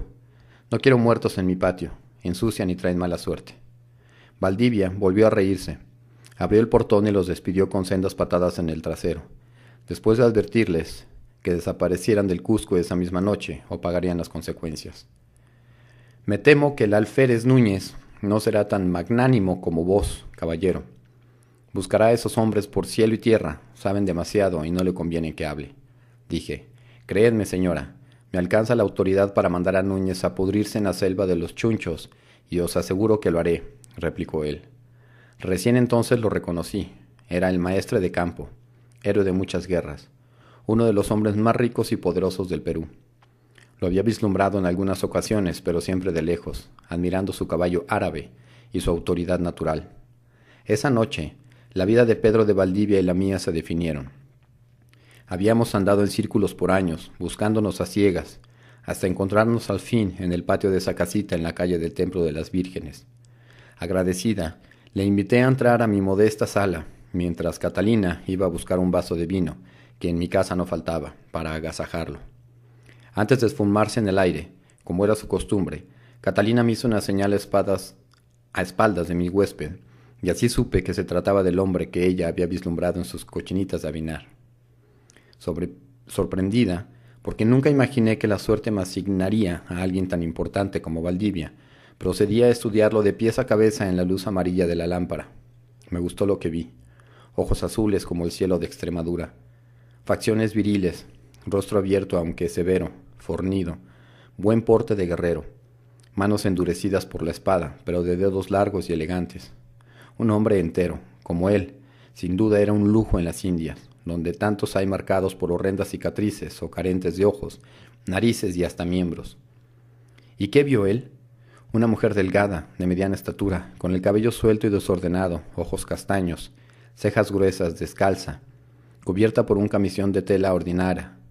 Mudos, nos miramos durante una eternidad, sin poder apartar los ojos, aunque la noche estaba fría, la piel me quemaba, y un hilo de sudor me corría por la espalda. Sé que a él lo sacudía la misma tormenta, porque el aire de la habitación se volvió denso. Catalina surgió de la nada con el vino, pero al percibir lo que nos ocurría, desapareció para dejarnos solos. Después, Pedro me confesaría que esa noche no tomó la iniciativa en el amor porque necesitaba tiempo para calmarse y pensar. Al verte sentí miedo por primera vez en mi vida. Me diría mucho más tarde. No era hombre de mancebas ni concubinas, no se le conocían amantes y nunca tuvo relaciones con indias, aunque supongo que algunas veces las tuvo con mujeres de alquiler. A su manera, había sido siempre fiel a Mariana Ortiz de Gaete, con quien estaba en falta, porque la enamoró a los 13 años. No la hizo feliz y la abandonó para lanzarse a la aventura de las Indias. Se sentía responsable por ella ante Dios, pero yo era libre, y aunque Pedro hubiese tenido media docena de esposas, igual lo habría amado. Era inevitable.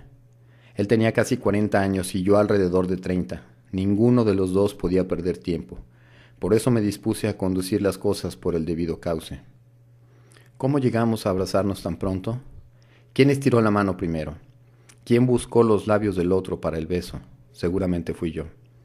Apenas pude sacar la voz para romper el silencio, cargado de intenciones en que nos mirábamos, le anuncié sin preámbulos que lo estaba aguardando desde hacía mucho tiempo, porque lo había visto en sueños y en las cuentas y conchas de adivinar, que estaba dispuesta a amarlo para siempre, y otras promesas, sin guardarme nada y sin pudor. Pedro retrocedió, rígido, pálido, hasta dar con las espaldas contra la pared. ¿Qué mujer cuerda habla así a un desconocido? Sin embargo, él no pensó que yo hubiera perdido el juicio o que fuera una ramera suelta en el Cusco, porque él también sentía en los huesos y en las cavernas del alma la certeza de que habíamos nacido para amarnos. Exhaló un suspiro, casi un sollozo, y murmuró mi nombre con la voz quebrada. También te he aguardado siempre, parece que me dijo. O tal vez no lo dijo. Supongo que en el transcurso de la vida embellecemos algunos recuerdos y procuramos olvidar otros. De lo que sí estoy segura es que esa misma noche nos amamos y desde el primer abrazo nos consumió el mismo ardor. Pedro de Valdivia se había formado en el estruendo de la guerra, nada sabía de amor, pero estaba listo para recibirlo cuando éste llegó. Me levantó en brazos y me llevó a mi cama de 4 trancos largos, donde caímos derribados. Él encima de mí, besándome, mordiéndome, mientras se desprendía a tirones del jubón, las calzas, las botas, las medias, desesperado, con los bríos de un muchacho. Le dejé hacer lo que quiso, para que se desahogara. ¿Cuánto tiempo había pasado sin mujer? Le estreché contra mi pecho sintiendo los latidos de su corazón, su calor animal, su olor de hombre. Pedro tenía mucho que aprender, pero no había prisa. Contábamos con el resto de nuestras vidas, y yo era una buena maestra. Al menos eso podía agradecer a Juan de Málaga. Una vez que Pedro comprendió que a puerta cerrada mandaba yo, y que no había deshonor en ello, se dispuso a obedecerme de excelente humor. Esto demoró algún tiempo, digamos 4 o 5 horas, porque él creía que la entrega corresponde a la hembra y la dominación al macho. Así lo había visto en los animales y aprendió en su oficio de soldado, pero no en vano Juan de Málaga había pasado años enseñándome a conocer mi cuerpo y el de los hombres. No sostengo que todos sean iguales, pero se parecen bastante, y con un mínimo de intuición, cualquier mujer puede darles contento. A la inversa no es lo mismo. Pocos hombres saben satisfacer a una mujer, y aún menos son los que están interesados en hacerlo. Pedro tuvo la inteligencia de dejar su espada al otro lado de la puerta y rendirse ante mí. Los detalles de esa primera noche no importan demasiado. Basta decir que ambos descubrimos el verdadero amor, porque hasta entonces no habíamos experimentado la fusión del cuerpo y del alma. Mi relación con Juan fue carnal, y la de él con Marina, espiritual. La nuestra llegó a ser completa. Inés del alma mía, Isabel Allende, disco 4, track 1. Valdivia permaneció encerrado en mi casa durante 2 días. En ese tiempo no se abrieron los postigos, nadie hizo empanadas. Las indias anduvieron calladas y de puntillas, y Catalina se las arregló para alimentar a los mendigos con sopa de maíz. La fiel mujer nos traía vino y comida a la cama. También preparó una tinaja con agua caliente para que nos laváramos, costumbre peruana que ella me había enseñado.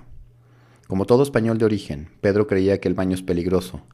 Produce debilitamiento de los pulmones y adelgaza la sangre. Pero le aseguré que la gente del Perú se bañaba a diario y nadie tenía los pulmones blandos ni la sangre aguada. Ese par de días se nos fueron en un suspiro contándonos el pasado y llamándonos en un quemante torbellino. Una entrega que nunca alcanzaba a ser suficiente.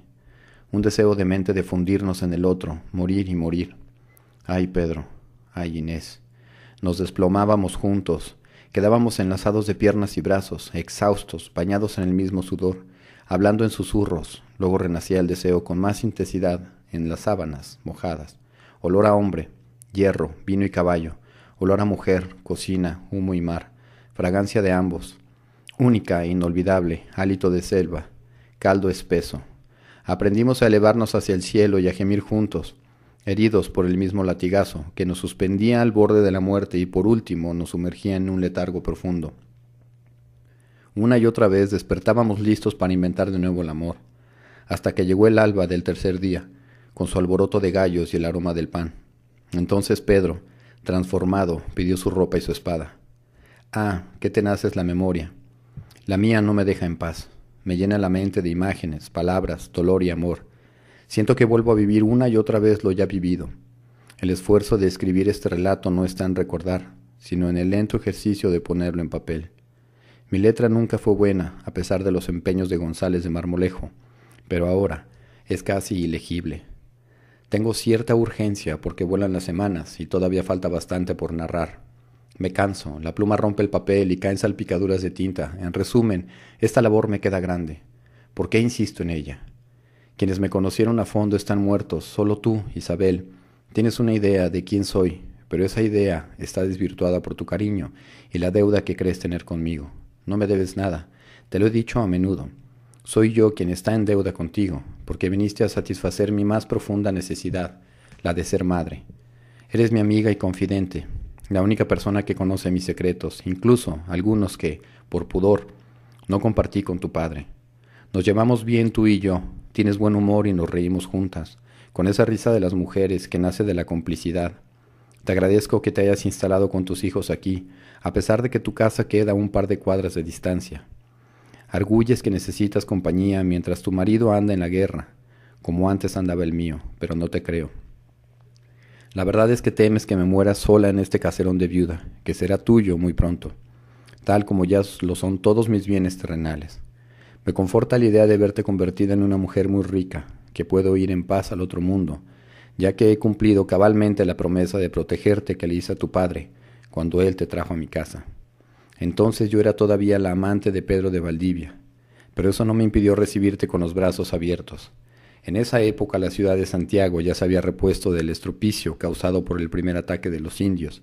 Habíamos salido de la pobreza y nos dábamos ciertas ínfulas, aunque todavía no era realmente una ciudad, sino apenas un villorio.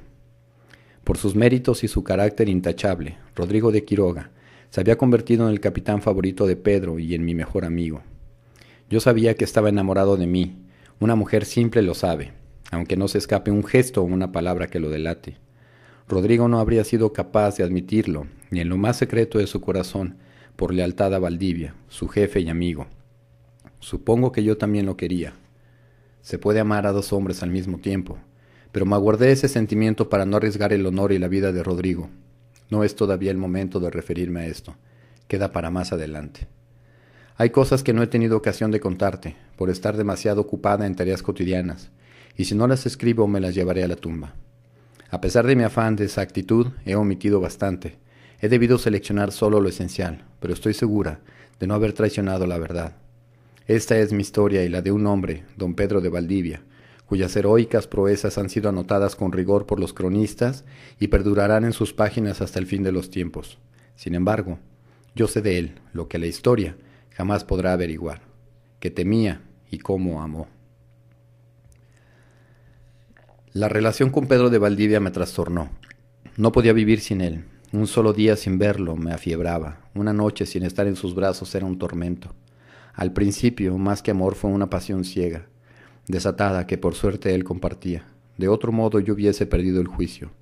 Más tarde, cuando fuimos superando los obstáculos del destino, la pasión dio paso al amor. Lo admiraba tanto como lo deseaba. Sucumbí por completo ante su energía. Me sedujeron su valor y su idealismo. Valdivia ejercía su autoridad sin aspavientos.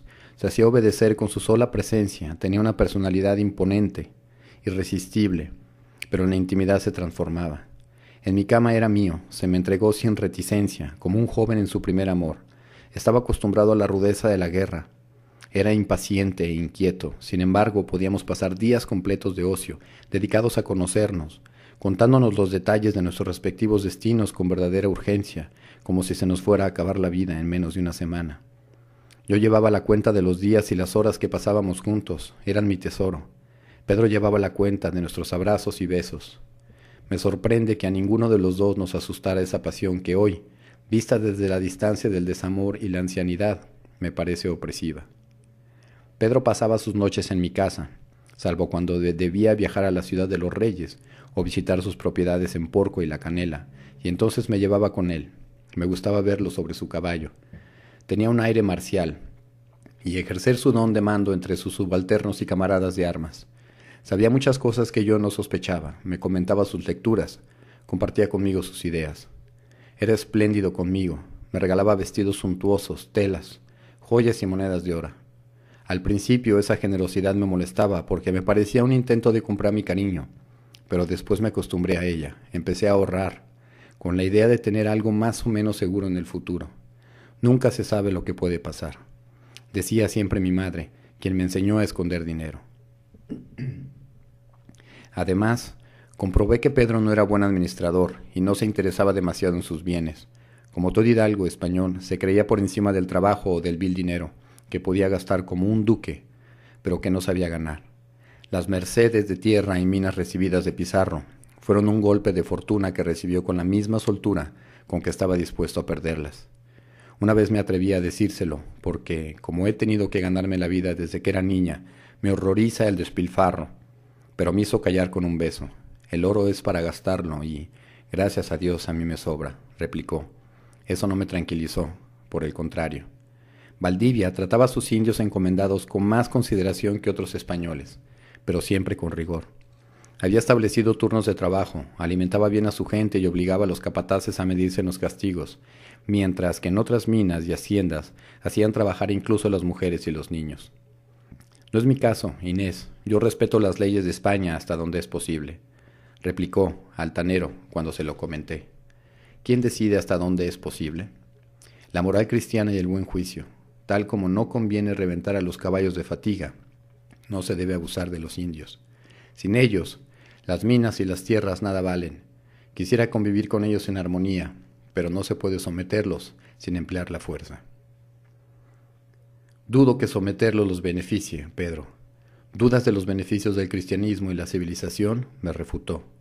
A veces las madres dejan morir de hambre a los recién nacidos para no encariñarse con ellos, pues saben que se los quitarán para esclavizarlos. ¿No estaban mejor antes de nuestra llegada?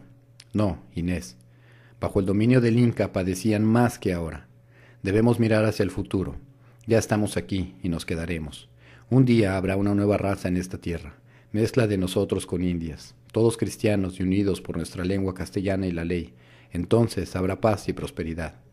Él así lo creía, pero se murió sin verlo.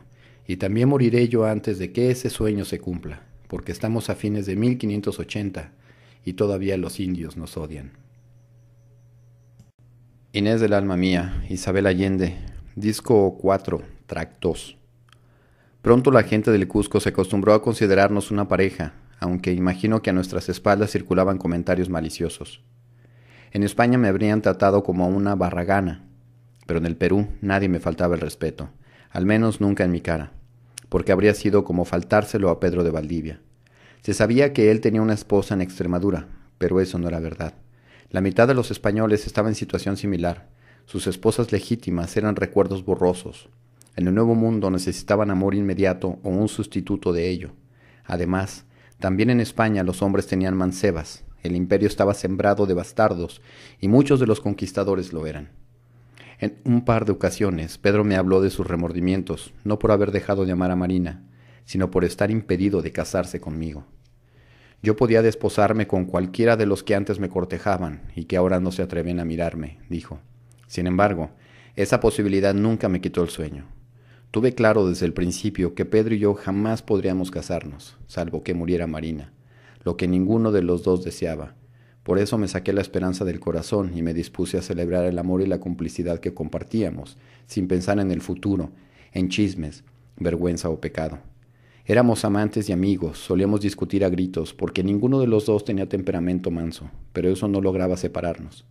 De ahora en adelante tienes las espaldas cubiertas por mí, Pedro, de modo que puedes concentrarte en dar tus batallas de frente. Le anuncié en nuestra segunda noche de amor, y él tomó al pie de la letra y jamás lo olvidó. Por mi parte, aprendí a sobreponerme al mutismo terco que solía agobiarme cuando me enfurecía. La primera vez que decidí castigarlo con el silencio, Pedro me tomó la cara entre las manos, me clavó sus ojos azules y me obligó a confesar lo que me molestaba. No soy adivino, Inés. Podemos acortar caminos si me dices qué quieres de mí, insistió. Del mismo modo, yo le salía al encuentro cuando lo dominaba la impaciencia y la soberbia, o cuando una decisión suya me parecía poco acertada.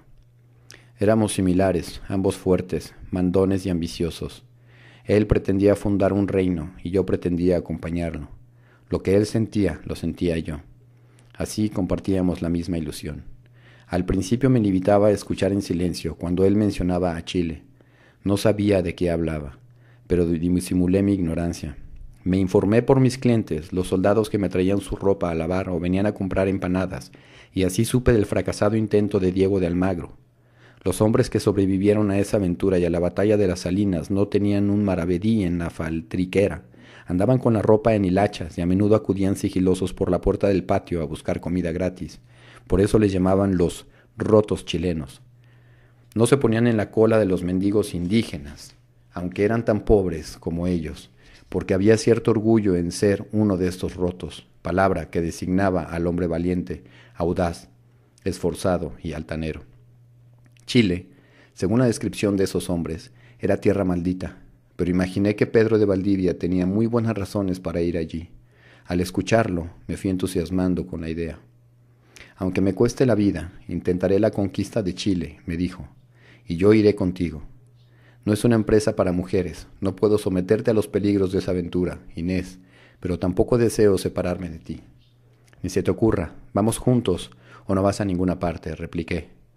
Nos trasladamos a la ciudad de los Reyes, fundada sobre un cementerio inca, para que Pedro consiguiera la autorización de Francisco Pizarro para ir a Chile.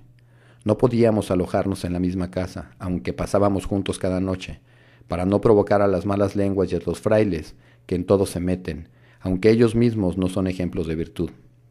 Rara vez vi salir el sol en la ciudad de los Reyes, el cielo estaba siempre encapotado, tampoco llovía, pero el rocío del aire se pegaba en el cabello y cubría todo con una pátina verdosa. Según Catalina, que fue con nosotros, por la noche se paseaban en las calles las momias de los incas, enterradas bajo las casas, pero yo nunca las vi.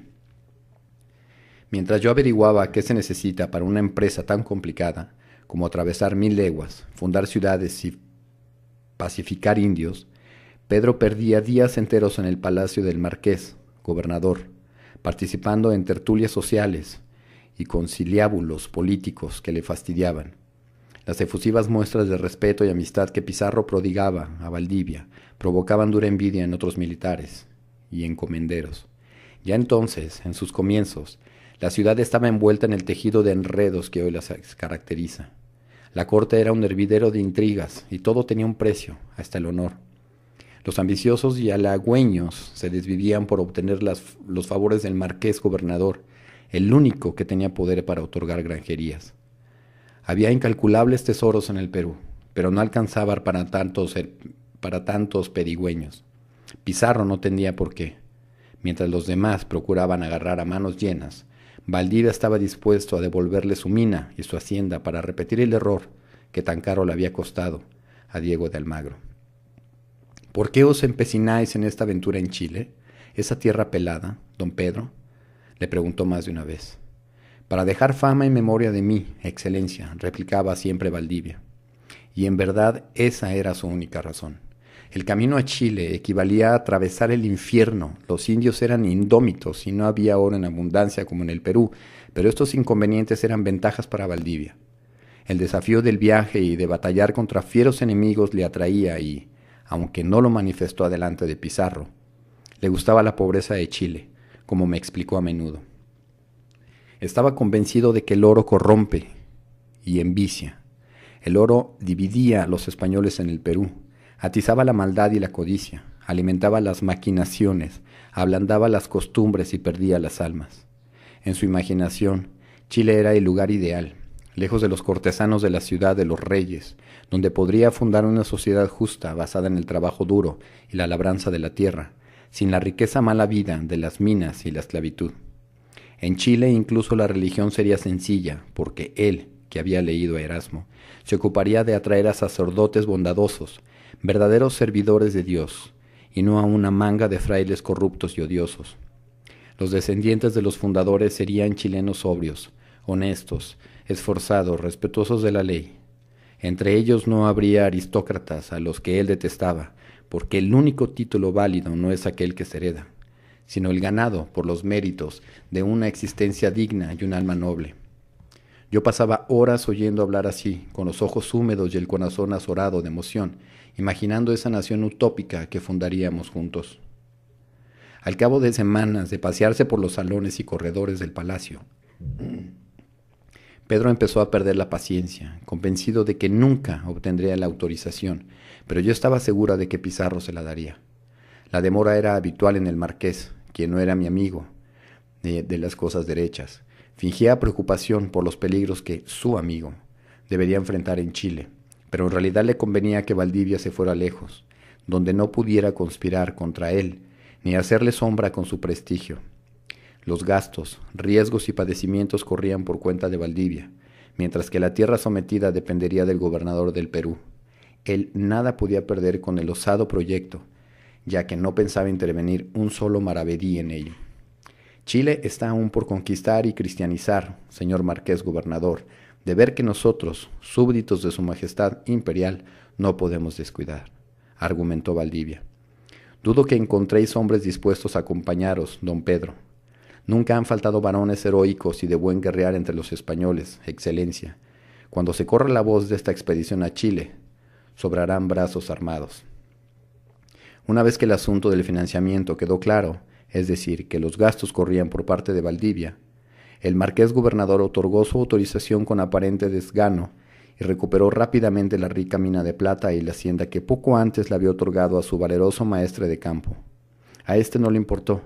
Había asegurado el bienestar de Marina en España y no le interesaba su fortuna personal.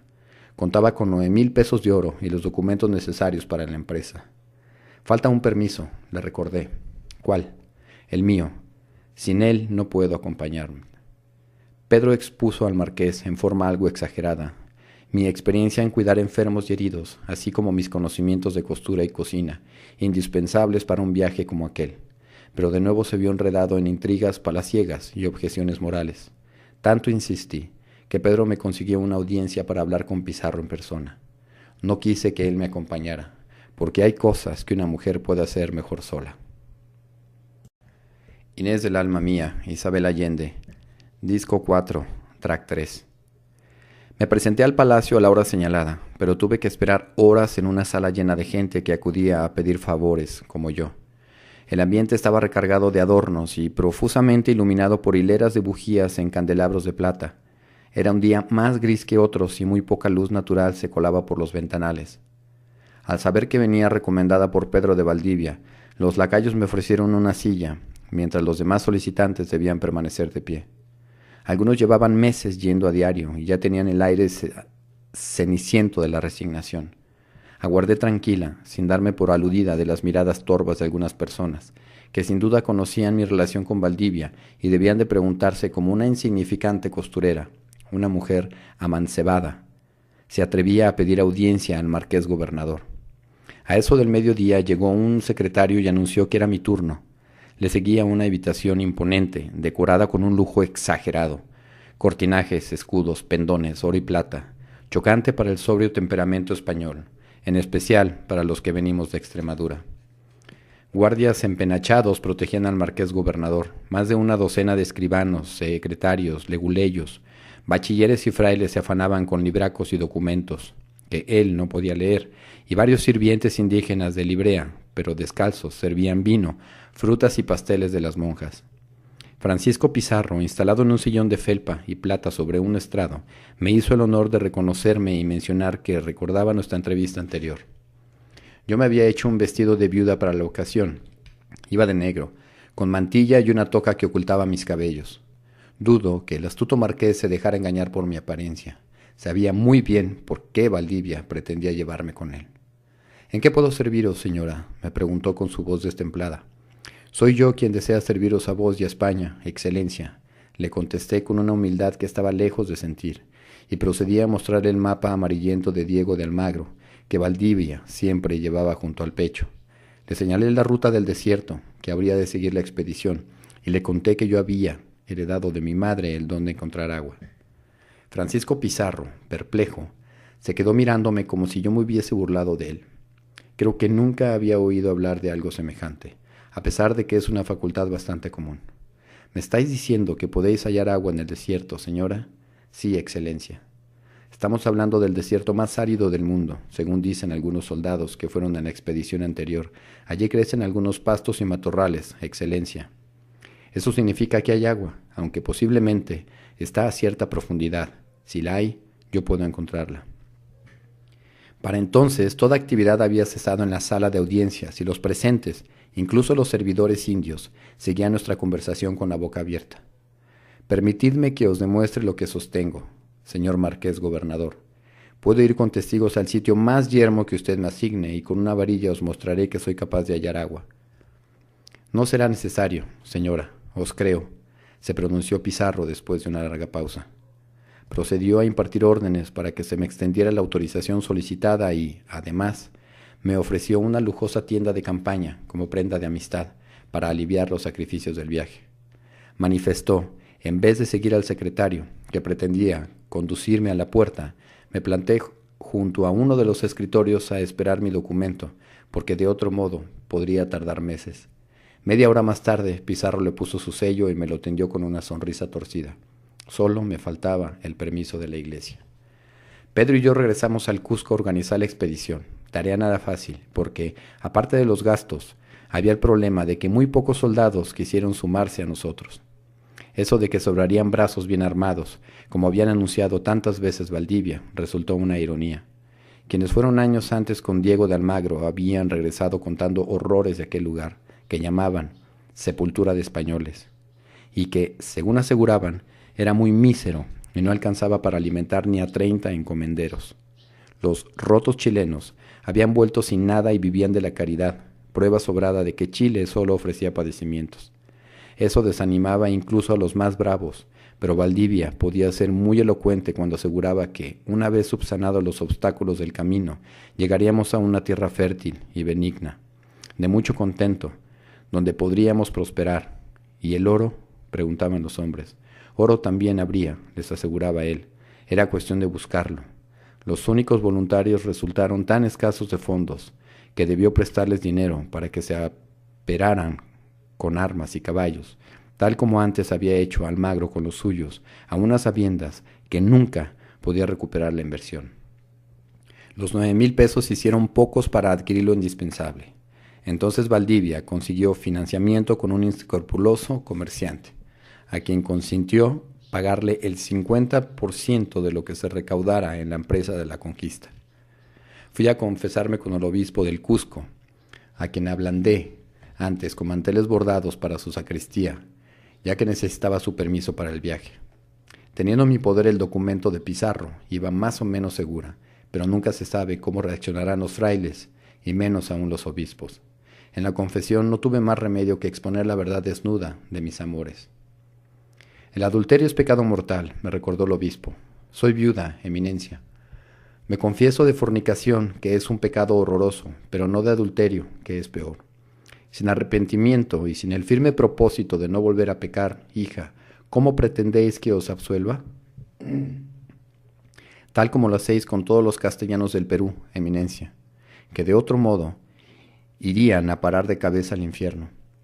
Me dio la absolución y el permiso. A cambio le prometí que en Chile construiría una iglesia dedicada a Nuestra Señora del Socorro, pero él prefería a Nuestra Señora de las Mercedes, que viene a ser lo mismo, con otro nombre. Pero ¿para qué iba a discutir con el obispo? Entretanto, Pedro se ocupaba de reclutar a los soldados, conseguir los yanaconas o indios auxiliares necesarios, comprar armas, municiones, carpas y caballos. Yo me hice cargo de otras cosas de menor importancia que rara vez distraen la mente de los grandes hombres, como alimento, herramientas de labranza, utensilios de cocina, llamas, vacas, mulas, cerdos, gallinas, semillas, mantas, telas, lana y mucho más. Los gastos eran muchos y tuve que invertir mis monedas ahorradas y vender mis joyas, que de todos modos no usaba. Las tenía guardadas para una emergencia y consideré que no había emergencia mayor que la conquista de Chile. Además, confieso que nunca me han gustado las alhajas, y menos aún tan ostentosas como las que me había regalado Pedro. Las pocas veces que me las puse, me parecía ver a mi madre con el ceño fruncido recordándome que no conviene llamar la atención y provocar envidia. El médico alemán me entregó un baulito con cuchillos, tenazas, otros instrumentos de cirugía y medicamentos. Azogué, albayaldé, fino mercurio dulce, jalpa en polvo, precipitado blanco, cremor tártaro, sal de Saturno, basilicón, antimonio crudo, sangre de drago, piedra infernal, bolo armenio, tierra japónica y éter. Catalina le dio una mirada a los frascos y se encogió de hombros, despectiva. Ella llevaba sus bolsas con el herbolario indígena, que enriqueció por el camino con las plantas curativas de Chile.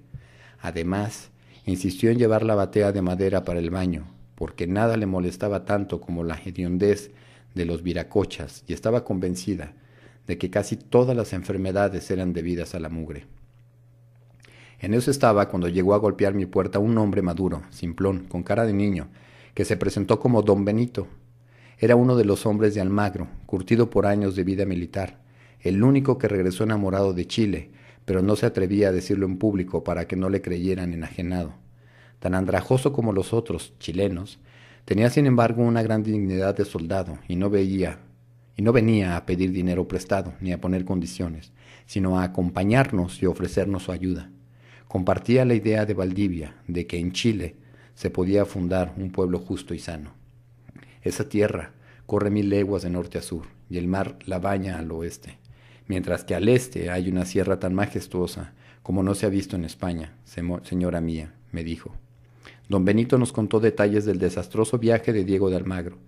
Dijo que el adelantado permitió que sus hombres cometieran atrocidades indígenas de un cristiano. Se llevaron del Cusco a miles y miles de indios atados con cadenas y sogas al cuello para evitar que escaparan. A los que morirían, simplemente les cortaban la cabeza, para no darse el trabajo de desatar la hilera de cautivos ni detener el avance de la FIA que se arrastraba por la sierra. Cuando les faltaban indios para servirles, se dejaban caer como demonios sobre pueblos indefensos, encadenaban a los hombres, violaban y raptaban a las mujeres, mataban o abandonaban a los niños y después de robar el alimento y los animales domésticos, quemaban las casas y las siembras. Hacían que los indios cargaran más peso de lo humanamente posible. Incluso que se echaran al hombro los potrillos recién nacidos y las literas y hamacas en que ellos mismos se hacían transportar para no cansar a sus caballos. Inés del alma mía, Isabel Allende, disco 4, track 4.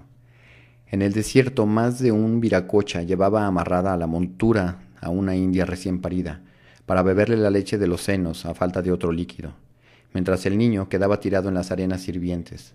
Los negros azotaban hasta la muerte a quienes se doblaban de fatiga, y era tanta el hambre que pasaban los infelices indígenas, que llegaron a comerse los cadáveres de sus compañeros. Al español que era cruel y mataba a más indios lo tenían por bueno, y al que no, por cobarde.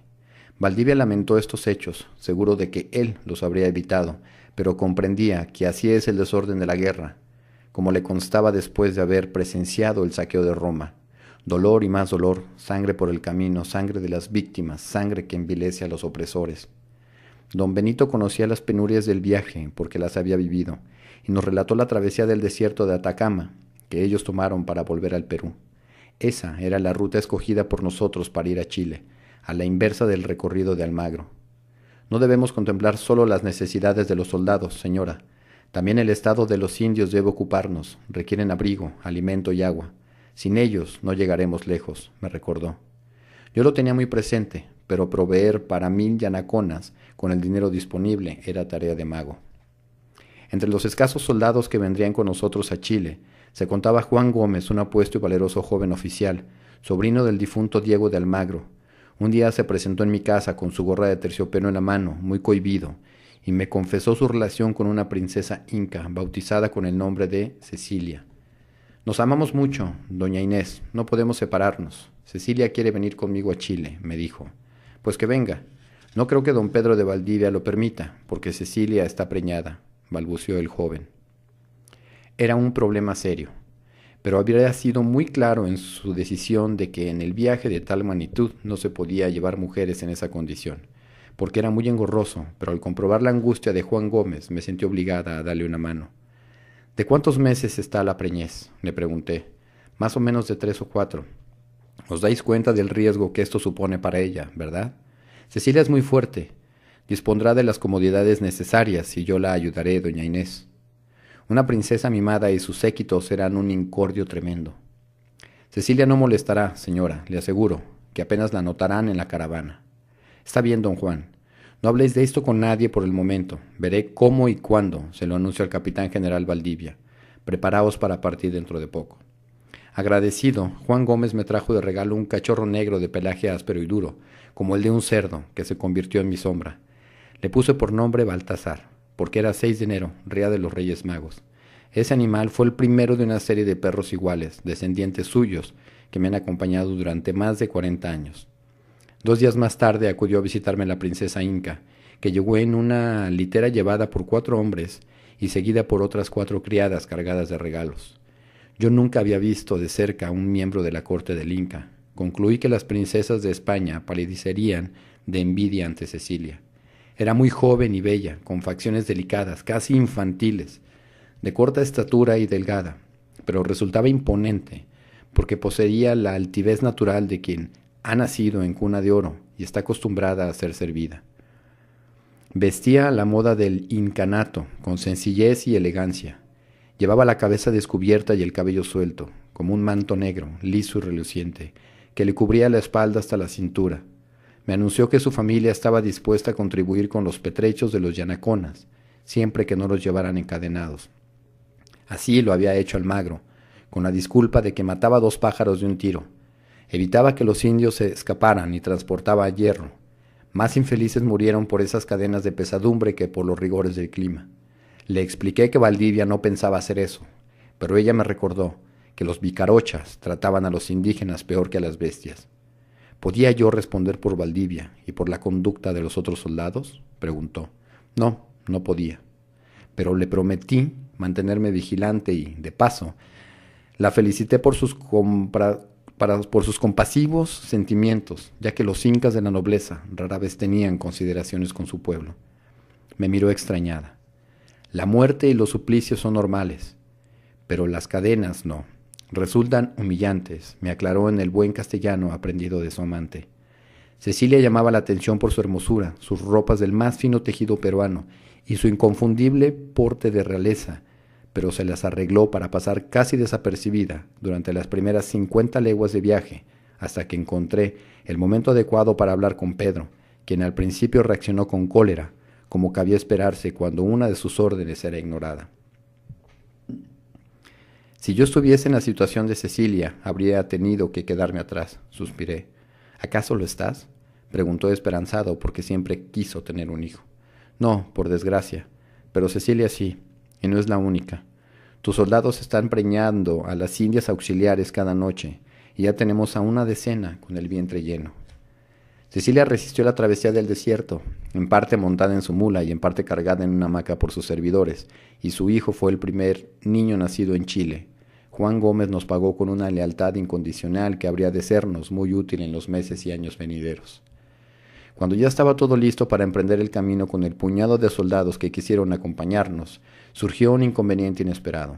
Un cortesano, antiguo secretario de Pizarro, llegó de España con una autorización del rey para conquistar los territorios al sur del Perú, desde Atacama hasta el estrecho de Magallanes. Este Sancho de la hoz era pulcro de modales y amistoso de palabra, pero farso y vil de corazón. Eso sí, iba muy emperifollado, se vestía con chorreras de encajes y se rociaba con perfume.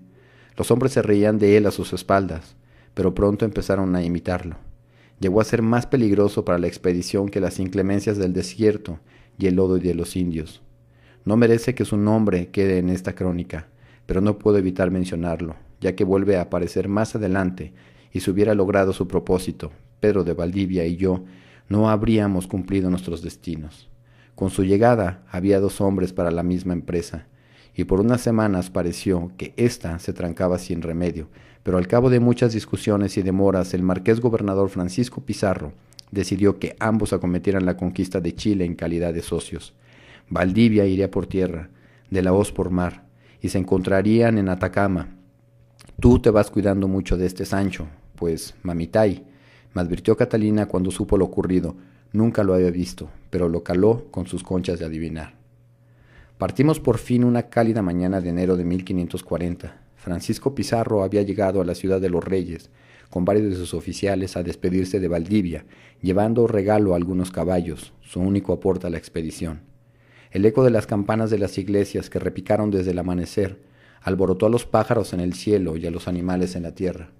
El obispo ofició una misa cantada, a la que todos asistimos, y nos endilgó un sermón sobre la fe y el deber de llevar la cruz a los extremos de la tierra. Luego salió a la plaza a dar su bendición a los 1000 yanaconas, que aguardaban junto a los bultos y animales. Cada grupo de indios recibía órdenes de una curaca, o jefe, que a su vez obedecía a los capataces negros y estos a los barbudos viracochas. No creo que los indios apreciaran la bendición obispal, pero tal vez sintieron que el sol radiante de ese día era un buen augurio. Eran en su mayoría hombres jóvenes, además de algunas abnegadas esposas, dispuestas a seguirlos aún sabiendo que no volverían a ver a sus hijos, que quedaban en el Cusco.